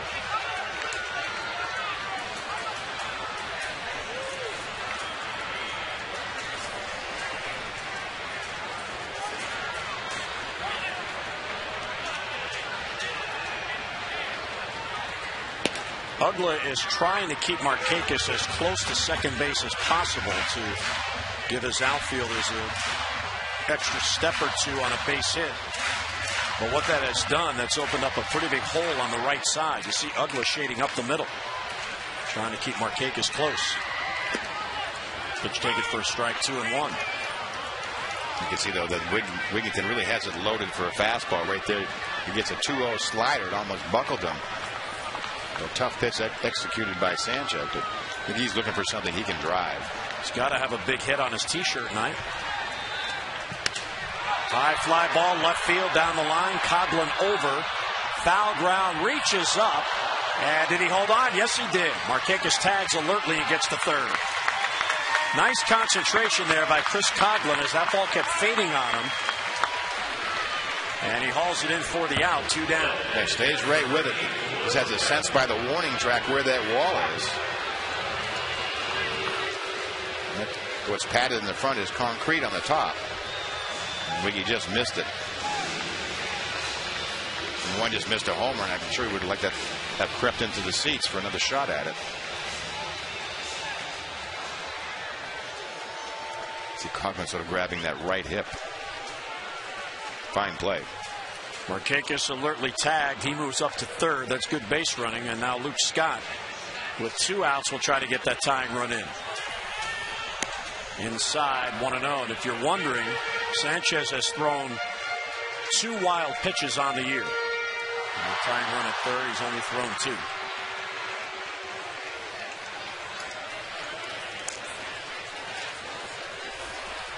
2. Luke is hitless on the night. Good eye, takes inside, ball 2. Taylor Tankersley and Scott Strickland. Tankersley, the left-hander, and Scott Strickland, the right-hander.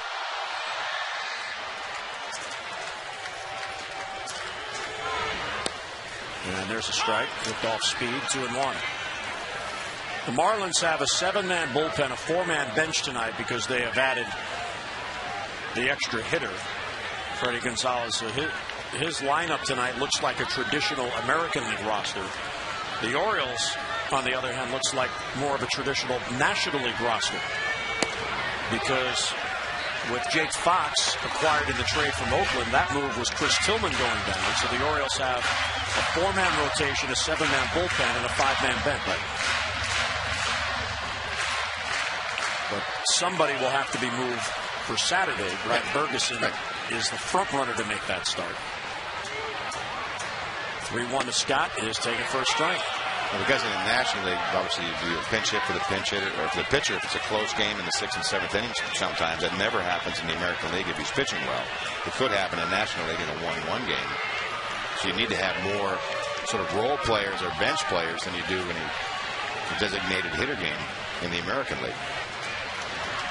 So 3-2 on Scott, who has the tying run at third and 2 down. And he got him. Luke Scott swings through it. That ends the inning. So a big strikeout for Sanchez. Orioles strand the tying run at third. We'll head to the 7th. A 4-3 Marlins lead.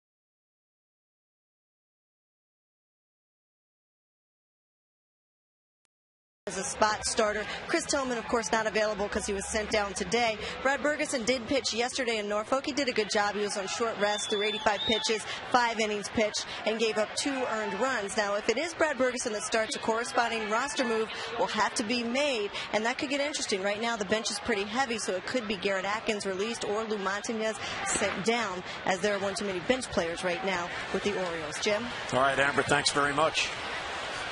Amber had a real nice spot there. Absolutely. And it's low, 2-0 on Coghlan. Sanchez and Ramirez will follow. There's Jason Birkin in the Oriole bullpen, who has been very consistent for the Birds. And there's ball 3. So Guthrie has done it again, Mike. This is now 14 out of 15 starts of going at least 6 innings. I wasn't sure he was going to make it the way this one started. He would love to somehow get through this inning and hope the Orioles can score for him in the bottom of the 7th. But that won't help a leadoff walk. That is the second walk. The other walk was a leadoff walk in the 2nd inning and started the 4-run rally on this beautiful night.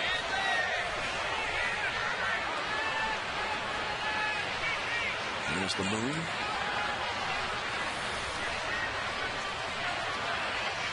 Jeremy Guthrie, 103 pitches now. 34 in that second inning when Florida batted around. This strike one to Gabby Sanchez. What would help right here is a ground ball to turn two.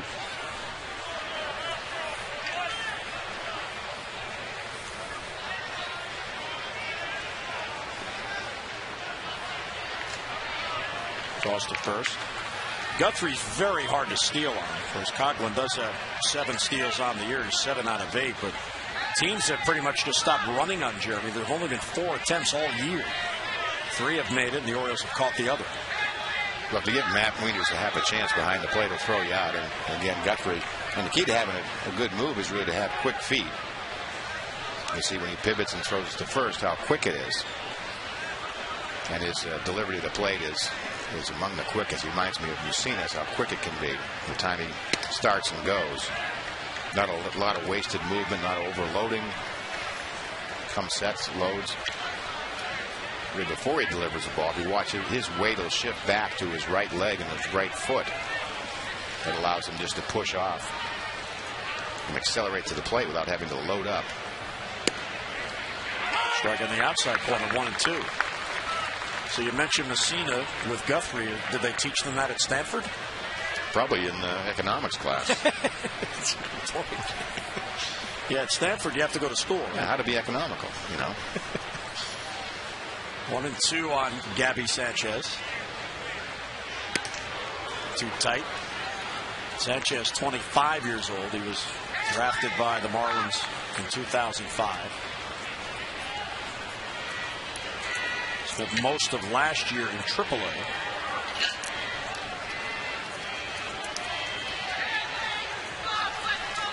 Quick throw to first, and again Coghlan dives back in. A lot of times young players will give away when they're running. You can see Coghlan extend his lead.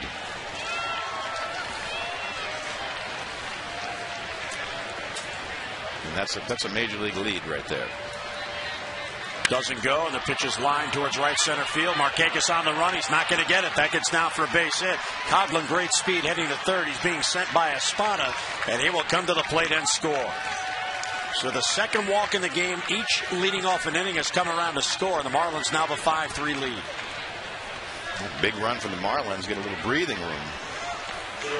The ball club is very quiet offensively to the 7th, and once again that leadoff walk getting Guthrie immediately in trouble. You have to start worrying about the running game, what they're going to do, and then you leave the pitch up and out over the plate. And Sanchez just drilled it into the alley. And that will be all for Jeremy Guthrie as Juan Samuel comes out. He has already signaled to the bullpen, so Jeremy Guthrie will leave.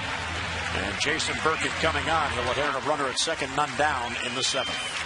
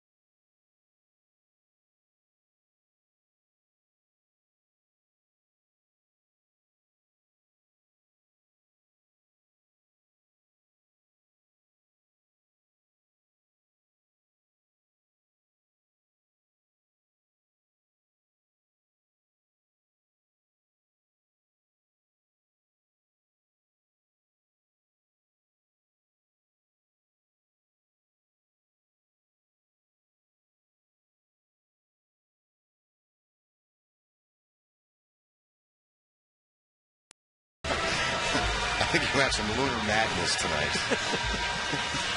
Well, Jeremy Guthrie goes 6 innings plus 2 batters, 7 hits, 5 runs. The runner at second base is his responsibility. He walked 2, they both scored, and struck out 3. And here's Jason Birkenmeier, who's had a fabulous year. He really has. That 23rd outing of the year, you can see that ERA, 1.95. Walk, strikeouts. He's really had outstanding control in really any role he's been used. Long, sort of set up at times. Hanley Ramirez bloops it to right field. That's going to fall for a base hit. Gabby Sanchez got a good read. He'll come around to score. And it's a base hit and an RBI for Ramirez. And the Marlins now have a 6-3 lead. So Hanley Ramirez, with his second hit, he has 3 RBIs. Last year won the batting title. He became only the 4th shortstop to win a National League batting title. And what's interesting about this, the other 3 all played for the Pirates. Dick Rote in 1960, Archie Vaughan in 1935, and Hannes Wagner in 1911, which was the 7th of his 7 batting titles. I'd say he won a ton. So that's pretty good company for Hanley Ramirez. And strange that only 4 have won as shortstops and 3 played for the same franchise, the Pirates. 3 RBI game as Hanley Ramirez continues hitting well against the Orioles. That'll close the book on Guthrie. 6 earned runs in his 6 innings of work. You just see what a good hitter Ramirez is. He's able to inside out pitches, and you look in the box score tomorrow, they'll all look like line drives, but he's an RBI machine, and that's how you win batting titles.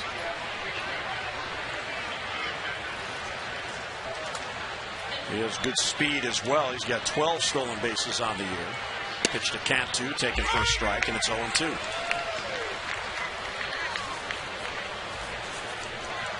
Cantu was hit by a pitch in the second inning that led to the warnings of each side. So Birkin allows that inherited runner to score.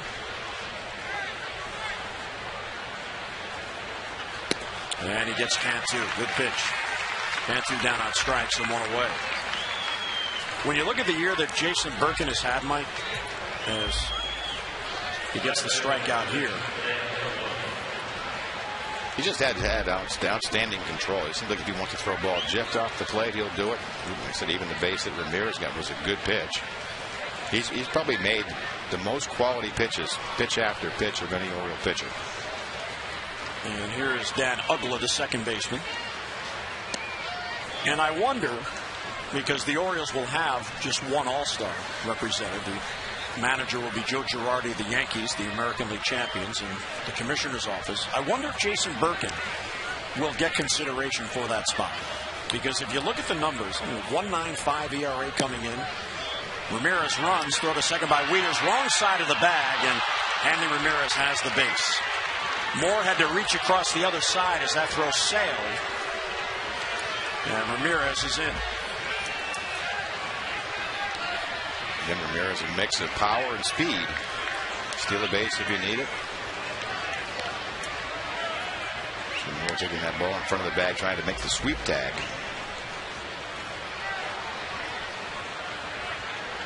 So scoring position with 1 down.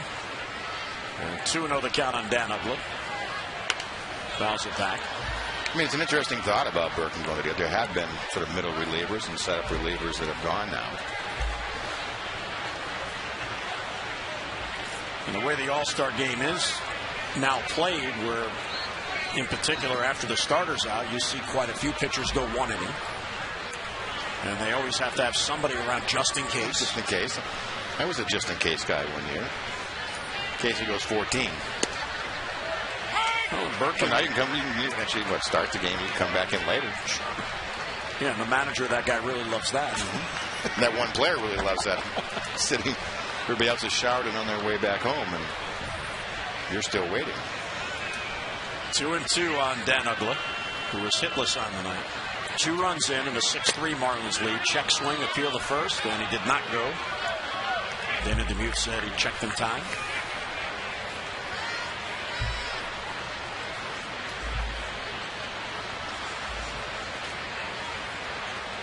Hanley Ramirez at second base.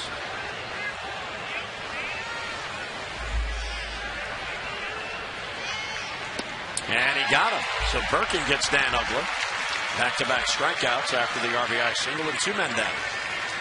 That's what he's been able to do out of the bullpen. Again, once again, come in out of the bullpen and execute and make fine pitches. It's right off the corner.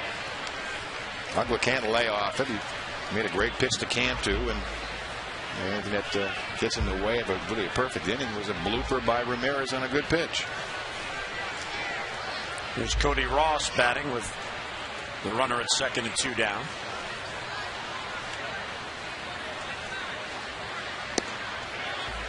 Takes inside, 1-0.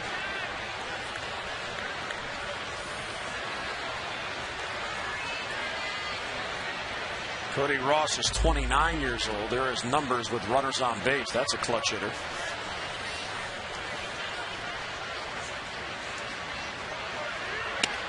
Swings through it, 1-1 the count.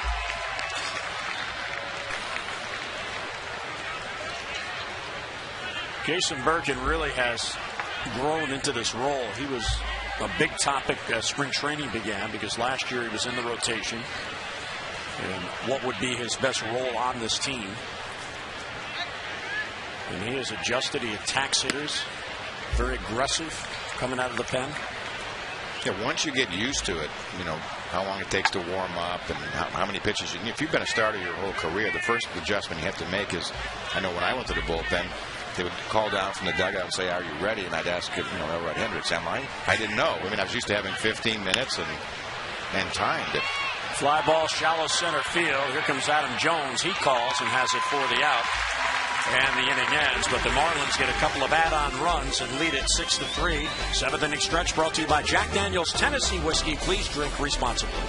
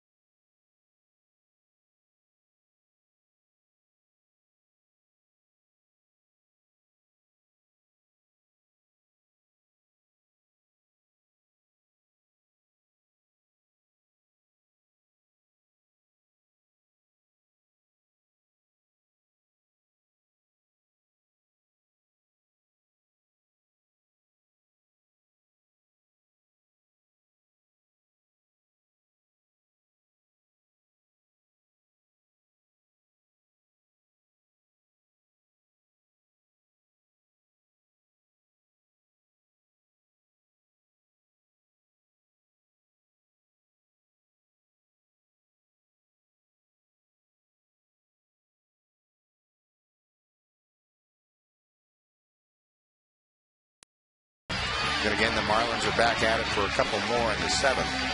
Really, all the damage really coming at 7 early. 7 runs early in the 2nd inning, and then 2 in the top of the 7th for the Marlins.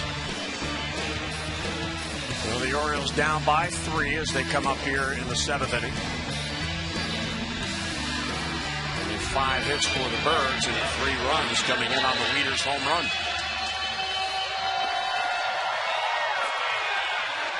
Nice shot of the moon overhead. Adam Jones will lead off. Wieters and Moore will follow. Anibal Sanchez once again now with a bit of a cushion, leading by 3. Yeah, very quietly getting it done. One of those starts you look up and you're in the 7th inning.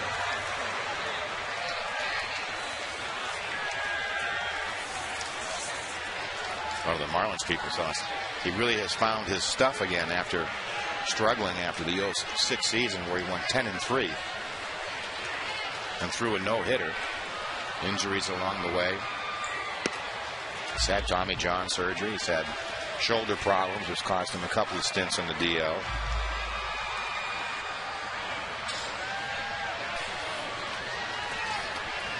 Want to know on Adam Jones. Ground ball towards short. Hanley Ramirez deep at short. The long throw across pulls Gabby Sanchez off the bag, and Adam Jones is on. So Adam Jones hitting it to the hole, and he reaches leading off in the 7th. Well, you knew this was going to be a sort of power against speed. The arm of Ramirez kind of beat Adam Jones down the line by adding that little bit extra. Just out of the reach at first base. Tries to plant on that back foot and ball just sails. Sanchez unable to make the tag. You see Jones gets out of the box real well, leaning towards first, leaning for that pitch. Infield hit for Adam Jones. He has a 2-hit game. His 18th multi-hit effort. And here's Wieters. And a throw. And you're talking about Sanchez in that breakout year in 2006. His pitching coach that year was Rick Kranitz. And they had a young staff. They had a couple of rookies in the rotation, Dontrell Willis and Scott Olson. Josh Johnson was young. He was a 12-game winner. That staff had 5 pitchers win at least 10 games. And they were all done. Do it. Yep. Well, if you're a young player in this Marlins club, which has never been really one about spending, except for the one couple of years they went for the World Series, and you're a young player, you're going to get a chance to play. I think that Stanton was a non-roster invitee to camp this year. And that was a fixture in right field. It's the way they had to go about their business. Wieters' 3-run home run in the second.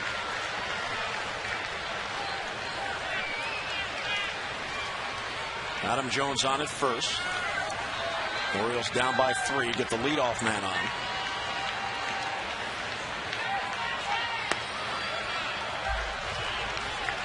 Wieters looks it over and takes ball 2 on the off-speed pitch.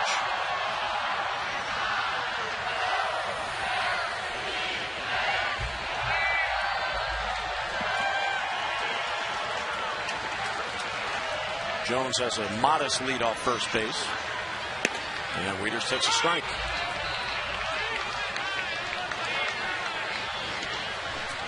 Well, Sanchez trying to keep it away from Wieters, rather than pulling it into the hole, set up that first and third situation. Boy, it's amazing to me how that warning really kind of calmed the whole game right back down. Wieters pops it up off the end of the bat. Out is Uggla, and the second baseman has it for the out. Right off the end of the bat, so Wieters retired, 1 away. Time now for you to text in your vote, the AT&T Player of the Game, and here are the candidates: Matt Wieters, Hanley Ramirez, or Anibal Sanchez. Text in your vote now and have your voice heard, A, B, or C, to 51862.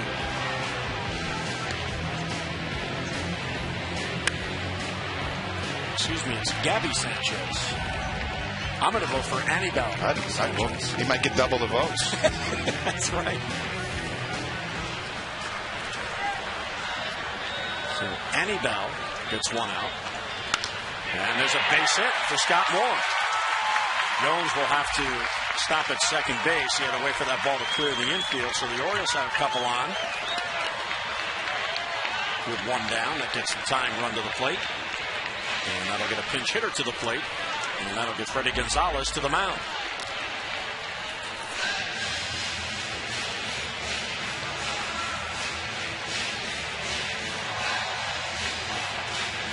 So Anibal Sanchez goes 6 1/3, and we're going to get a pitching change, and Jake Fox will make his Oriole debut. Pitching change, here comes Tankersley in the 7th.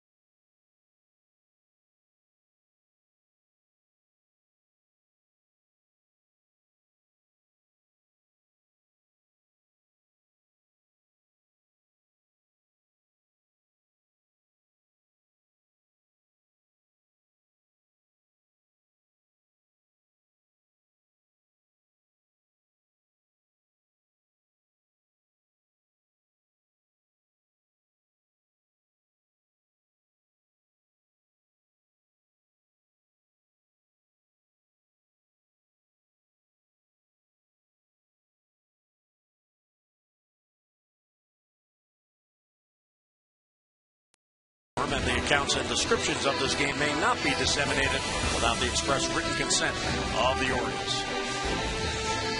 So Anibal Sanchez, 6 1/3, 7 hits, 3 earned runs, and the 2 on base his responsibility, so he can win this game, not lose it. And here is Taylor Tankersley. Yeah, coming out of the bullpen, he's one of those set-up or match-up left-handers. 5 innings of work, is 5 hits. Another one of his members of the rebuilt Marlin bullpen as the season is going on. There's 5 members that when this season started weren't even in the major leagues with the Marlins. So Tankersley is on. He came up from AAA New Orleans on May 27th. They've been shuffling. They said the biggest problem with the Marlins club this year has been the 7th and 8th inning. How to get to that closer Nunez. They're trying to bridge that gap. They said it'd be a much better record if they had success in those innings. Well, an interesting move here, because here's Jake Fox, acquired by the Orioles from the Athletics, and he did come out of the Oriole dugout to pinch hit for his tourist because he's the tying run, but Freddie Gonzalez already had his mind made up. He was going to go to the bullpen for Tankersley, and he made the move before Fox was announced. Yeah, I think he was just going with who he wanted in. It didn't matter who was at the plate. I'm sure he knew there was a chance to certainly pinch hit in that situation. So I think he's going more by whose role this is than who was coming to the plate. So here's Jake Fox. He has some pop in that bat. Making his Orioles debut. Check swing, and it's outside, 1-0. It's a very unorthodox or herky-jerky style motion for Tankersley. Very effective against left-handed hitters.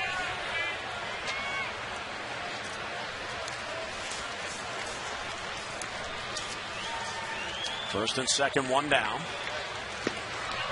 A little late on that swing, and 1-1 the count. Not quite a disparity in numbers for Tankersley.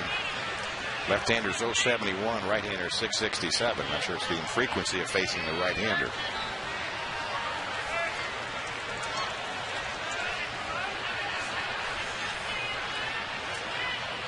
Ball and a strike on Fox. High fly ball, right center field. Long run for Cody Ross. Back it goes, and he reaches up and makes the catch against the wall. Adam Jones will tag and get to third, so Fox gave it a ride, and the ballpark just did hold it. The second out of the inning, and Fox sent the charge into the crowd. Let's take a look at this matchup. Up and out over the plate. Tankersley staying away. Spans the zone. And the 1-1 pitch out over the plate. Gave it a pretty good ride. Ross had to really get after it. The Orioles have had about 1,600 feet of outs out to center field tonight. So 2 down now. Jones tagged, went to third. Moore stayed at first, and Corey Patterson now will bat as the Orioles. 2 big runners out there trying to chip into this 3-run Marlin lead. And welcome to Baltimore, Jake Fox.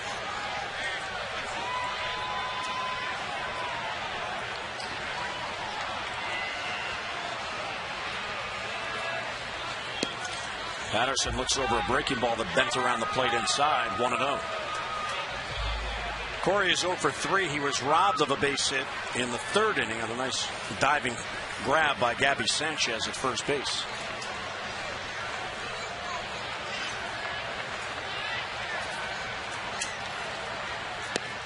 Good breaking ball there. He can't reach, a ball and a strike. And that sidearm delivery, very effective.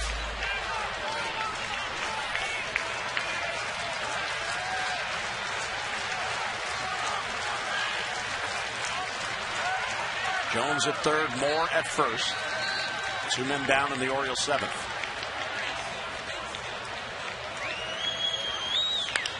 Breaking ball swung on it, popped up, shallow left. Hanley Ramirez out there, the shortstop. He grabs it for the out, and the inning ends. So Tankersley does his job. Gets 2 big outs. Orioles strand 2. Will head to the 8th, and the Marlins with a 6-3 lead.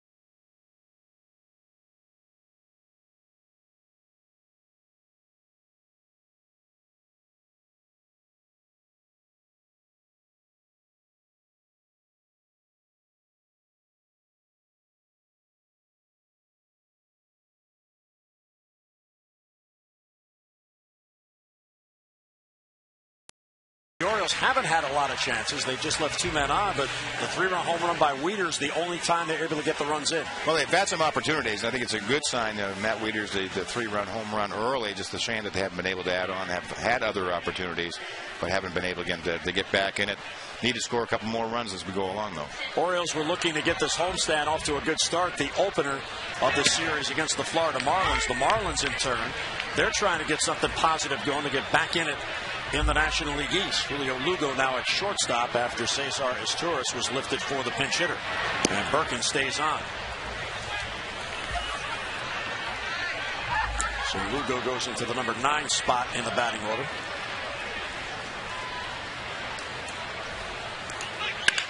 Bounced sharply towards the hole, and there's a base hit.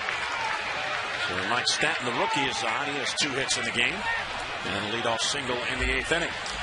Vote for your favorite O's for the 2010 All-Star Game. Just go online, Orioles.com. You could win the Vote Orioles VIP Experience All-Star Sweepstakes. A lucky winner receives 4 tickets to an upcoming game, VIP parking, on-field access to watch BP, and a private meet and greet with the O's All-Stars, plus a personalized All-Star Game batting practice jersey. Visit Orioles.com/All-Star for all the details. Here's Wes Helms, the number 8 batter. Ground ball sharply hit. Tejada gloves, bobbles the ball, and won't have a play. Tough break there for Miguel Tejada. A sensational stop of that ball hit by Helms, and then as he went to throw the ball, it just popped out of his hand. He's going to try to make an acrobatic play.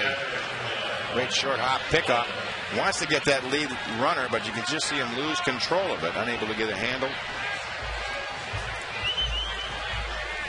And that's an infield hit. So the Marlins now have 2 on and none down. The number 9 batter up. Let's see what Freddie Gonzalez does. Will he ask his catcher to lay down a bunt? He will not, and there's a strike. At least not on that pitch. I'm not sure he's going to want the big man to bunt with a 6-3 lead. Might want to add on a couple more. Matt Albert's up in the pen. Yeah, there's another strike, and it's 0-2. Well, Paulino does not have a sack on the year.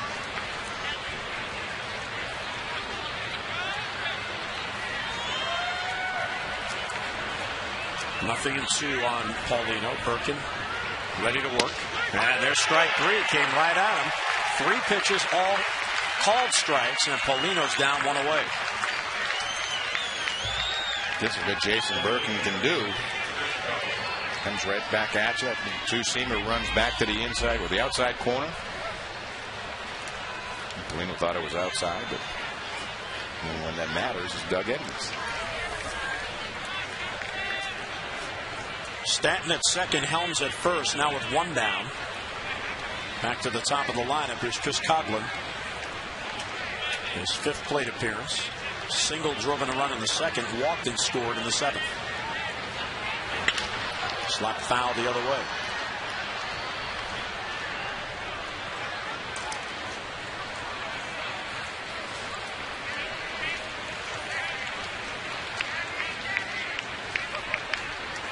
Coghlan, the 3rd Marlin to win a Rookie of the Year. And when he was called up last year, it was on May the 8th. He was still playing infield at the time. Bouncer towards Tejada at 3rd, goes to 2nd, out there, Moore back to 1st, and he throws it away. Running it down is Wigginton. Here's a throw to the plate, and not in time, and scoring the run is Wes Helms. So instead of an inning-ending double play, it is a throwing error, and a run comes in, and the Marlins have a huge insurance run. You can see the turn. Great release by Tejada. Moore just loses the handle on it, throws it nowhere near Wigginton at 1st. In that quick feed, Tejada got rid of it in a hurry. Plenty of time, even though Coghlan runs well. So the run will score on the error. There's no RBI for Coghlan. For Moore, his 3rd error, and that's a big one. Instead of ending the inning, the Marlins get an insurance run.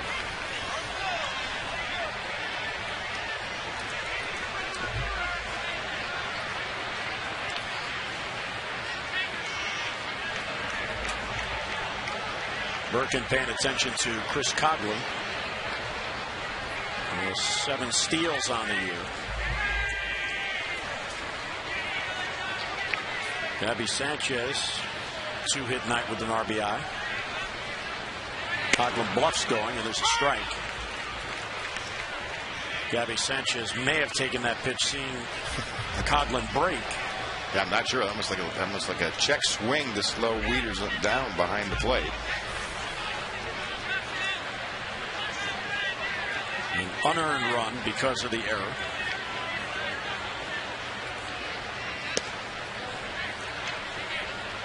One and one the count. So the Orioles now down by 4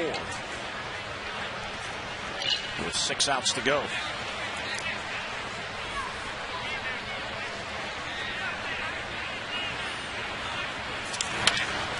Now back out of play. 1-2 on Gabby Sanchez, the Marlins' first baseman. Florida is 3 below 500. They're 33 and 36. But despite that, they're only 8.5 out in the NL East. The Nationals are 7 below. They're in last place. They're only 10.5 out in the NL East. Coghlan runs, pitches swung on and hits a right. Markakis goes back on it. This ball carries, and Nick makes the catch just in front of the wall. So the inning ends, but an unearned run gives the Marlins an insurance run. Will go to the bottom of the 8th. A 7-3 Florida lead.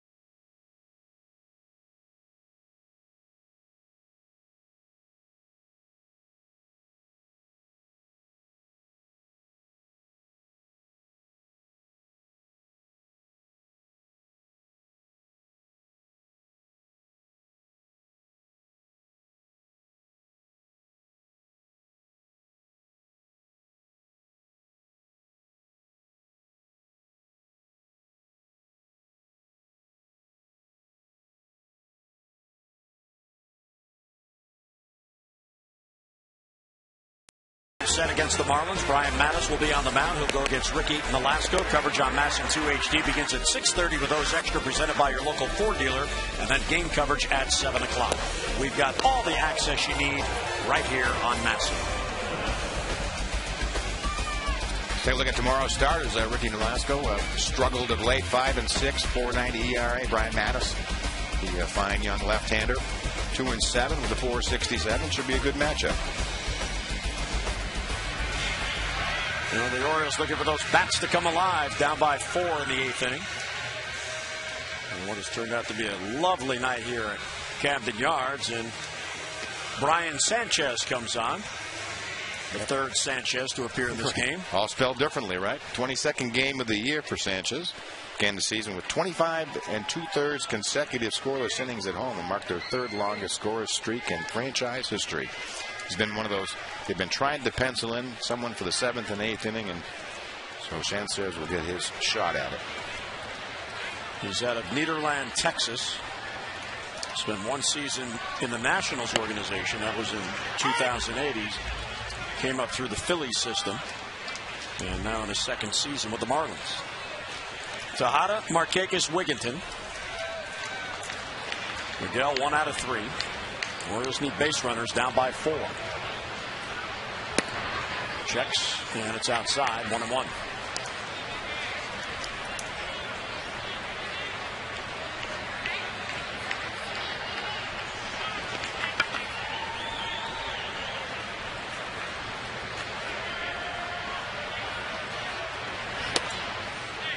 a strike. Right, Sanchez pretty much one of those matchup right-handers. Very tough on right-handers. Just hitting 167. 7 for 42. Left-handers another story. So talk about those matchup lefties and how skewed their numbers can be left to right-handed hitter. Sanchez are really that way. Right-handers hitting at 330. Marlins got him as a minor league free agent after the Nationals let him go after 2008. Brady Gonzalez looking on. His team has a 4-run lead. Bounce towards the hole and a base hit for Miguel Tejada. I'll tell you what, there's a guy who adjusted in that at bat, Mike, as Sanchez kept working him away, and he just looked for a pitch out there to poke the other way. If he gets something up and out of the plate, maybe he can give it a ride. He's always had that ability, either inside out of the ball, or if it's on the outside corner, to shoot it to right field.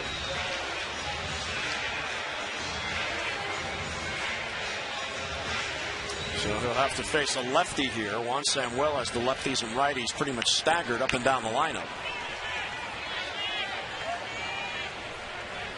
Well, Tejada has his second base hit of the game. It's his 24th multi-hit game, so he ties Markakis for the team lead. Nick can get that right back with a base hit here. Take strike one.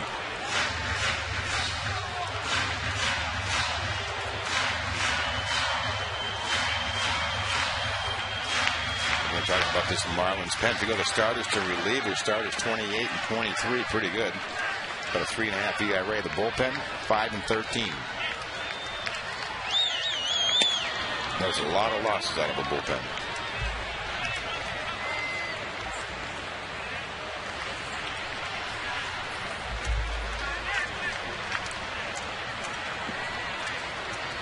One and one on Markakis with Wigginton on deck and Tejada at first. Off-speed pitch. Fouled at the plate. Take a look at this last pitch. It almost looked like one of those. Nick saying, I don't know he had a changeup. I thought he was fastball slider. That's a pretty good changeup. You see the bottom just fall out of it.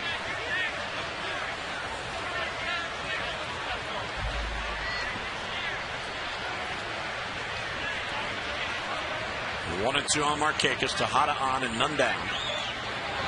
And there's a base hit into right field. Stanton over to try to cut it off. Tejada will get to third. Markakis will be held to a single as the ball comes all the way into third base. And here come the Orioles. 2 on and none down. And that right there just shows you what a good hitter Nick Markakis is. He really just had been fooled badly. Almost screwed in the ground by that changeup. And how Sanchez really didn't come back with it. Tried to sneak a fastball by him, and Nick is right on it.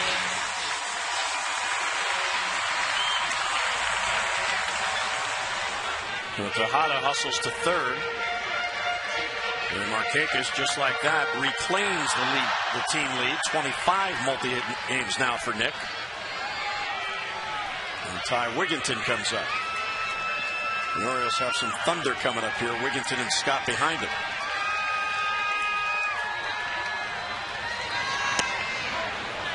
Breaking ball taken for a strike. Got Tim Wood up in the pen. So they'll try to go through their bullpen. They're not feeling secure about this 7-3 lead either, where their bullpen has played. Too tight, 1-1.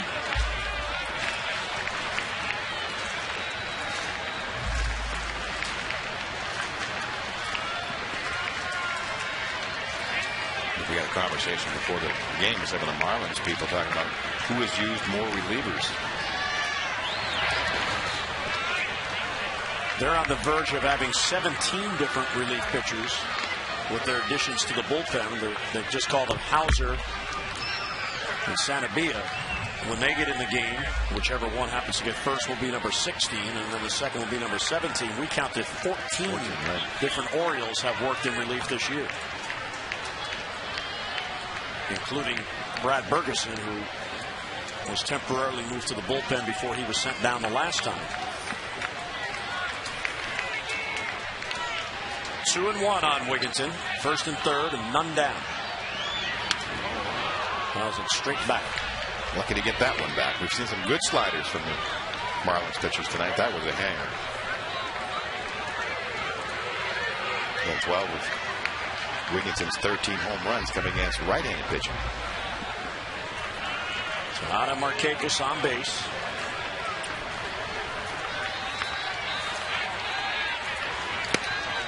Just inside, ball 3.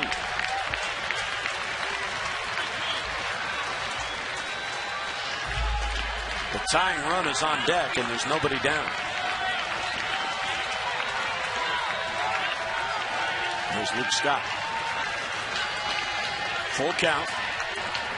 Markakis runs. Swing and a miss, and no throw to second base. So Wigginton is down on strikes. Markakis gets a stolen base, his second on the year. So 2 in scoring position. The Marlins just let him go. They're trying to fend off a big inning here. So 2 in scoring position. That also takes away the possibility of that ground ball for a double play. Yeah, it might be youthful inexperience, but that certainly is one tough pitch to try to execute 3 and 2 and take the danger of walking Wigginton to load the bases to bring the tying run to the plate. I'm not sure if it's just one of those cases, not knowing the consequence, but trusting your ability to make a pitch. But it's a very dangerous pitch. Catcher Ronnie Paulino went out to the mound with a runner at second base. They had to change the sign, so wanting to make sure they're both on the same page with that. And as Luke Scott comes in, base hit here could get 2 in and cut that lead in half. Tejada, the lead runner. Markakis trails, and that's a breaking ball outside, 1-0.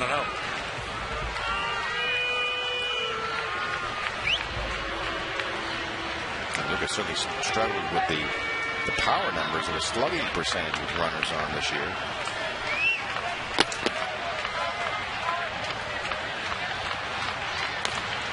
Tapper foul off speed pitch. They're trying to relax himself. So the hitters do that technique of trying to exhale, take a long exhale, really to try to relax, because sometimes you feel the pressure when you're in these situations where it's important at bat to be had. Orioles left 2 on last inning, have 2 on with now 1 down in the 8th. High fly ball, center field. Ross back on it. On the warning track, he has it for the out. Tejada will tag and score. Markakis tags, he gets the third.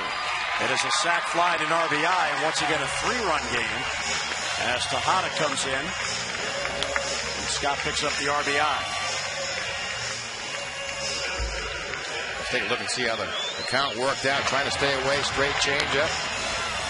Another off-speed pitch. Again, trying to stay away from Luke Scott and his power.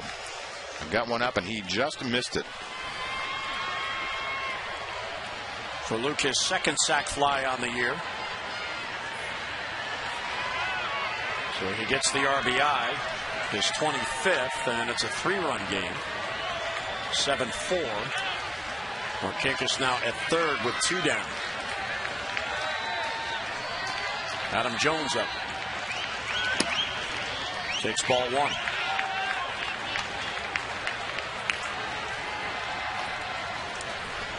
Adam now has hit in 3 straight games. A couple of singles here tonight. He singled and scored in the second, infield hit in the 7th.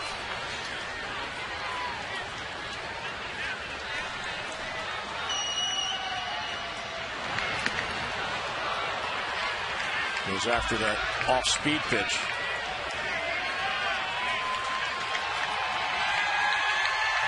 Juan Samuel and the Birds have been battling back all night long after falling behind 4-0 in the top of the second.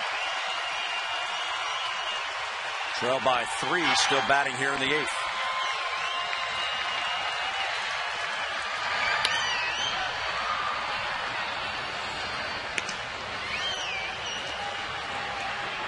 Adam talking to himself up there after that foul ball.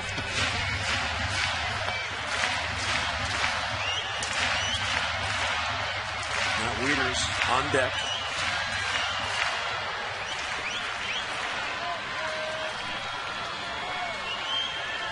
Ryan Sanchez, the third pitcher used in this game, is ahead of Jones 1-2. Foul back out of play. This is the inning you really want to get after it. To a save situation at this point for the Marlins. They have an outstanding closer. Leo Nunez is their closer, a right-hander.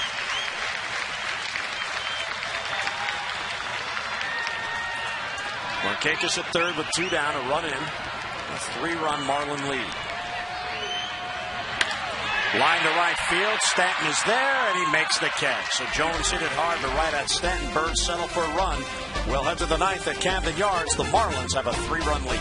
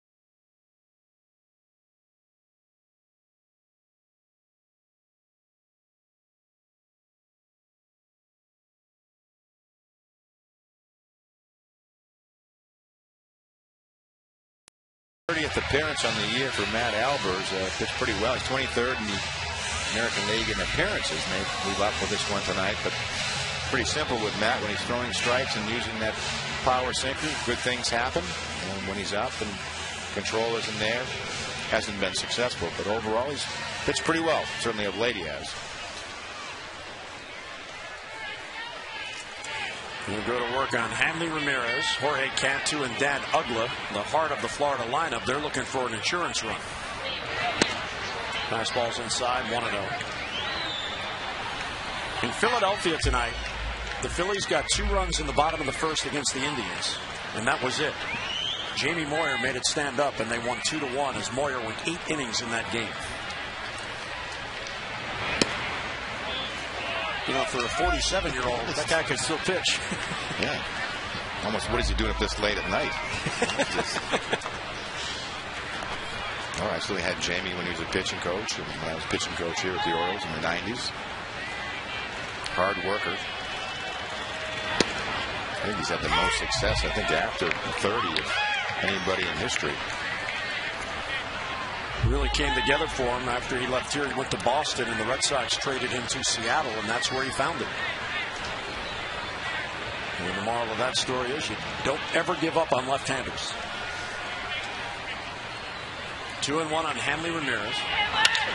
And there's a base hit.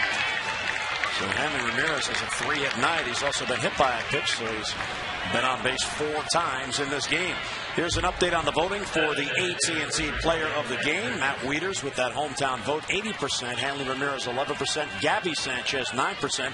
Still time to vote. Text in A, B, or C, 51862. Tom and Rick will have the results coming up on O's Extra Postgame.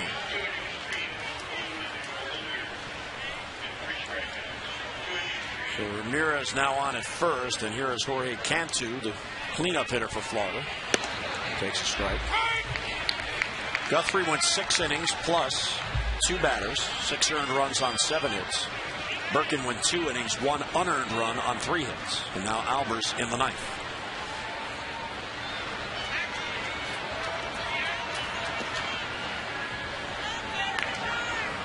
Ramirez already has a steal in this game, and he has 13 on the year. Kind of amazing what the guy who is considered your best hitter also is your best base stealer. Here's what a talented player Ramirez is. There's a pitch taken for a strike, and it's 0-2 on Jorge Cantu.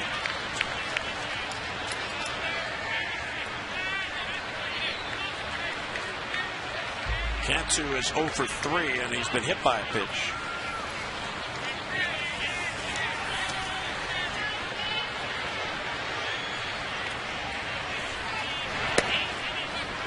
The trend has continued in this game. It's pretty strange. The first 3 hitters and the last 3 hitters have all the hits. The middle 3 hitters have gone hitless. Cantu, Ugla, and Ross. They're combined 0 for 10, a hit batsman and a walk. And that ends there as Cantu goes the other way in a 1-2 pitch. So 2 singles off Albers in the 9th inning. He ruined a pretty good storyline. These guys just don't cooperate. They just don't cooperate. It's all about them. Albers brought on here to keep this a 3-run deficit in immediate trouble.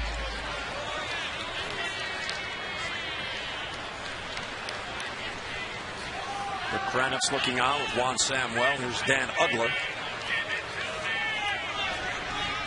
Frank Mata gets up.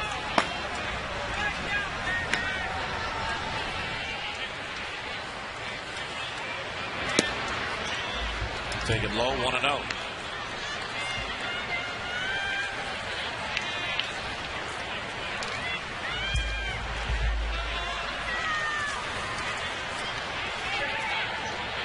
Ugla has struck out twice in his 0 for 4. And Albers misses again, ball 2. So he usually ends up around the league leaders for second baseman, a little unusual with Ugla. Rick Kranitz is going to come out and talk to Albers, who has given up 2 hits and now falls behind 2-0 on Dan Ugla. Read Rick Kranitz, look what he just needs. Stay back, load up, and that allows you to get over that front foot and drive the ball in the zone. When you rush and go down the hill too quickly, your arm doesn't have time to catch up. And that's when that sinker comes up in the zone. It's really as simple as that. There's a difference between really success and failure for Matt Albers. You're up, loaded, throw that 92, 93 down around the knees. Very difficult to hit. It's very difficult to lift. 2-0 on Ugla. There's a strike, 2-1. 94 when he's up on top. So take a quick look at his delivery. When he stays back over the rubber and gets that arm out of the glove quickly, you see how he just floats over that landing leg. That's when he's successful. Ripped into left field for a base hit. Corey Patterson will play it back in. Ramirez held it third. 3 consecutive singles. And the Marlins have the bases loaded, none down in the 9th inning, looking for insurance. A single to center, a single to right, now a single to left off Albers. And that'll be it for Matt Albers. Juan Samuel's coming out. So Albers not on his game tonight. 3 batters faced, all 3 reach. Just unable to repeat. And Frank Mata will come on, and he inherits a boatload of trouble. Bases are loaded, none down, and the Marlins looking for more in the 9th.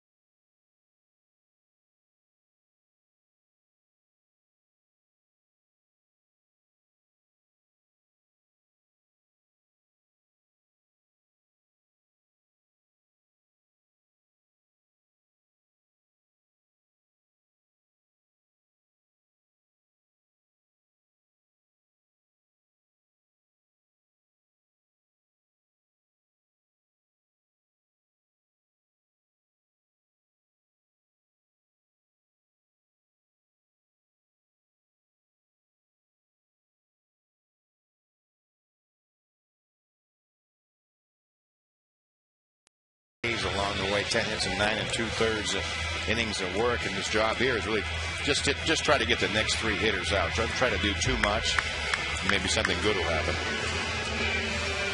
Cody Ross is up, and the Orioles, down by 3 in the 9th inning, will be forced to play the infield in. Ramirez, Cantu, and Ugla third to first, with Mata about to face Cody Ross. Down and in, 1-0.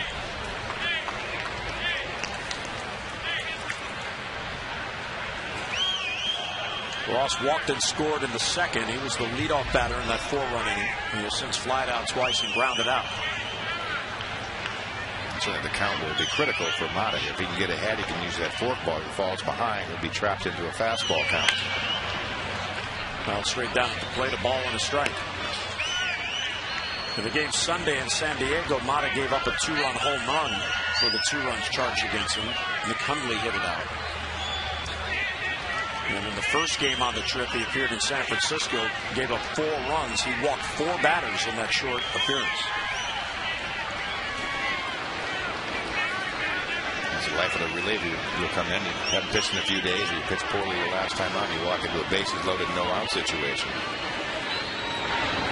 1-1 is too tight. You saw the note on Cody Ross with the grand slams. He had 3 of those just last year. Yeah, he's one of those that the numbers go up when men are on base. Hitters count 2-1. Line drive and a base hit to left field. Having Ramirez scores, Cantu is being waved. The throw will go to second base. It is a 2-run single for Cody Ross, and the Marlins now have a 9-4 lead.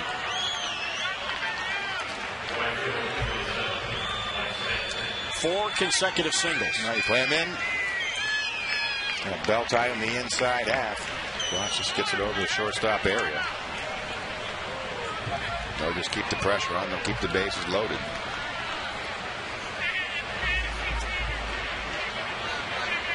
So Ugla stops at second, Ross at first. Still nobody out. And here's Mike Stanton, who has had a good night. Couple of hits. He has scored twice. Well, he's had a grand slam recently. Rip foul down the line. He looks like a multi-tool player. Great multi-sport star in high school. Baseball, basketball, football. Maybe. How about the choices he had? Do I sign with Florida, or do I go to Southern California and play football? Pretty big-time football school going after him. I think he made the right decision. Yes, he's in the big leagues at age 20. There's a ball cued foul. And not limping by age 30.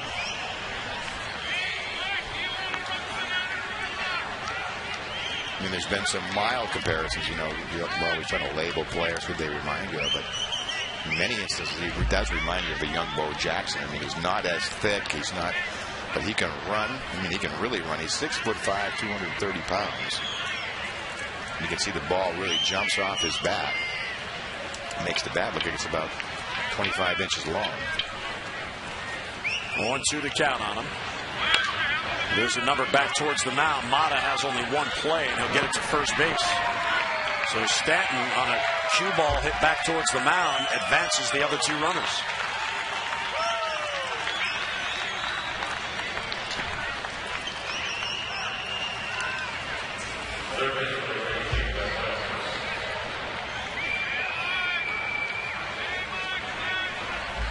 So more runners out there, and the Marlins already have a 5-run lead. And again, the Orioles have to bring the infield in for Wes Helms, who's getting a start at third base tonight and has a 2-hit night and an RBI.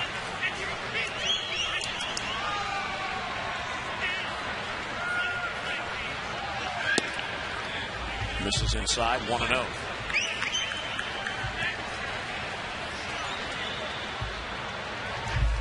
The 2 runs that have scored in this inning charged to Albers. Ugla, who's at third, is Albers' responsibility. Ross at second, the responsibility of Mata.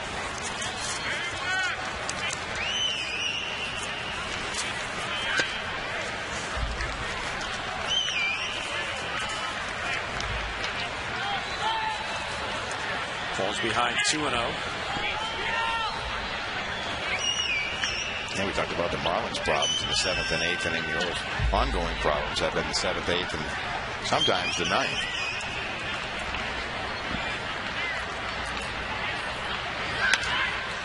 Bouncer towards the middle. Lugo has one play, and he gets it to first, so another run comes in as Uggla slides in. Unfortunately for Julio Lugo, that ball was hit too slowly, and he had to go to his left. So there's an RBI ground out 2-away, but another run in. Well, jam shot.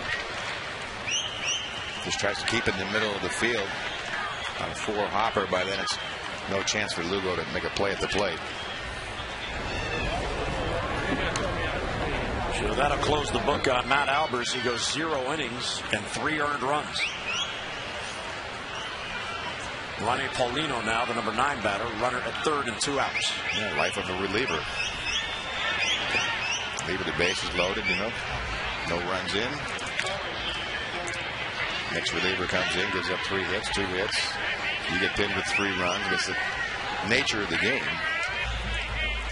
Even though it's a little bit unfair, Jason Birkin with the blue hitter coming in to face Ramirez is a run that gets charged to Jeremy Guthrie.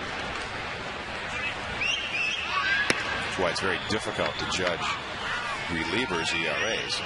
If the guy after you is having a great season, you've had a chance to have a really good season yourself. Yeah, those inherited runners are huge. In this game, 4 have scored. And the Marlins now lead at 10-4. 3-0 as Mata misses down again.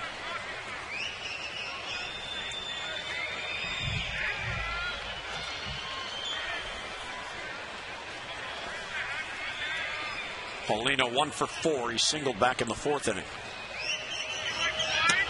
And there's a 4-pitch walk. And first and third, runners on the corners and 2 men down. And here's the 8th batter to come up here in the 9th inning. The Marlins batted around in the 2nd inning, in which they scored 4 runs, and they're sending Chris Coughlin up here, the 8th batter, to bat in the 9th inning. He's just working on his 6th plate appearance. So the Marlins playing a lot of little ball tonight.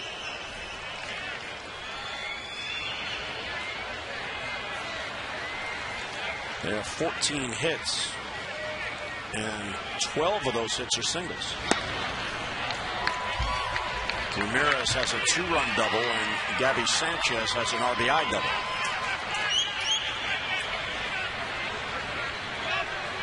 Well, June has certainly not been kind to the Orioles pitching staff. Coming into the night, they've allowed, I think, 111 runs in June. That is the most by a pretty good number. And they'll add to that tonight. Coughlin behind now 0-2. Birds are 4 and 14 in the month.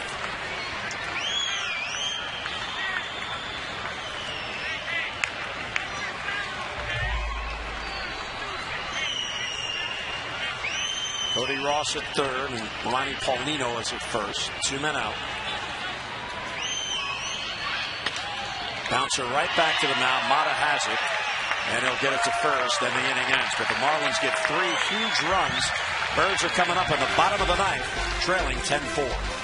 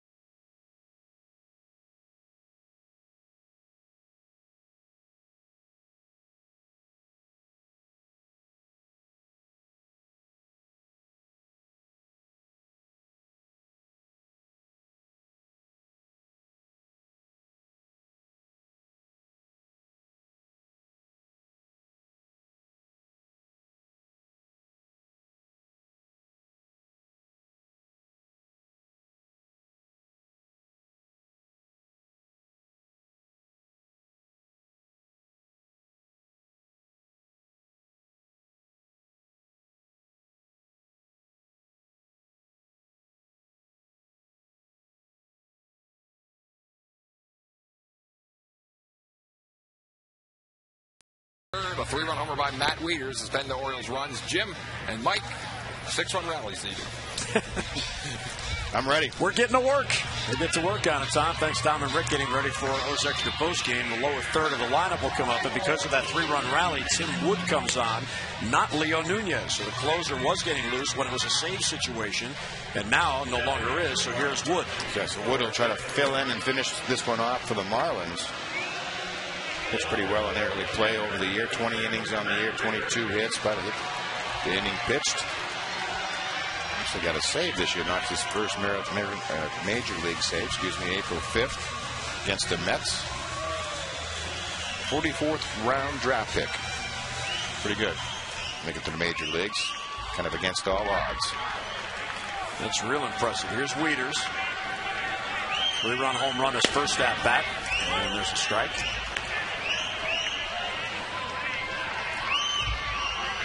Sixth home run on the year, now it's 24 RBIs.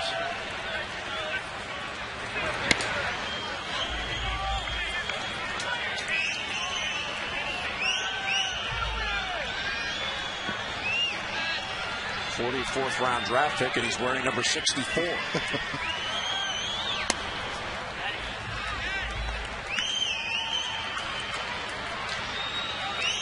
Drafted by the Marlins in 2002, so it's been an organizational pitcher for him.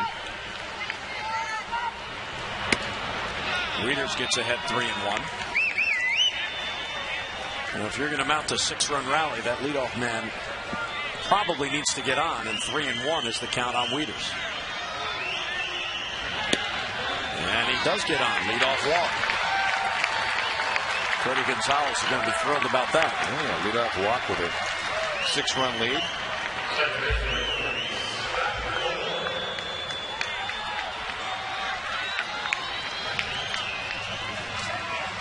Here's Scott Moore. Of course, the Orioles have gone 12 consecutive series since they last won a series. They were hoping to get this homestand off to a good start and get a win here tonight. They still could take 2 out of 3, but now they'd have to win the next 2 days. Been a tough go for Juan Samuel. The Orioles are 0-11-1 in their last 12 series. Pop-up slicing towards the crowd, and it turns right back for Wes Helms at third base. So the reverse spin, and he grabs it for the out, 1 away.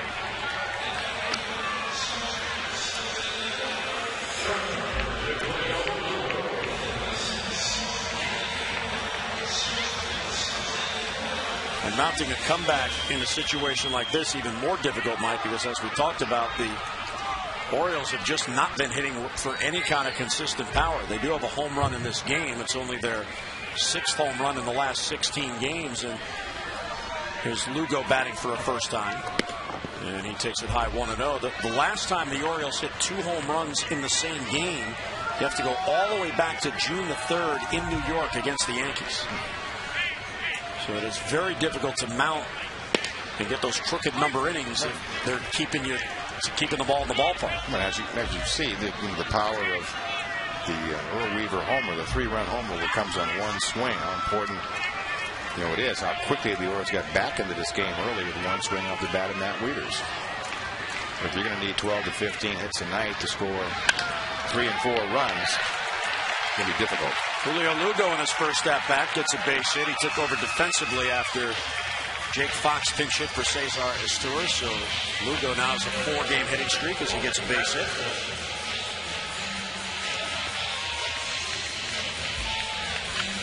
Freddie Gonzalez, except for when he went out to the mound, has not moved from that spot leaning on the rail all night. He must be superstitious. Most managers do that. You find a lucky spot, things going well, why move? Earl Weaver used to kick George Bamberger if he slid too close to his seat. Get over there, George. Move over. You're supposed to be by this pole. Ball 1 to Corey Patterson, who was looking for his first hit. He was robbed of a base hit in the 3rd inning by the first baseman, Gabby Sanchez. There's a strike, 1-1 on Corey. Of course, players by nature are superstitious. I'm sure you've seen some of the antics. They'll repeat what they do Whether it's driving to the park a certain way, favorite T-shirt, gloves, or spikes. Bouncer it slowly towards the middle. Ramirez steps on the bag, fires to first. There's a double play, and that ends it. And the Marlins get the win in the opener as they outscore the Orioles by 6 runs. So Juan Samuel and the Birds drop the opener of this 3-game series. Join us again tomorrow. Moro's action. Game 2 of the set against the Marlins. Brian Mattis will be on the mound against Ricky Nolasco. Coverage on Matson 2 HD begins at 6:30 with those extra presented by your local Ford dealer, followed by game coverage at 7 o'clock. And now for Mike Flanagan and Amber Theo Harris and our entire crew, Jim Hunter saying so long.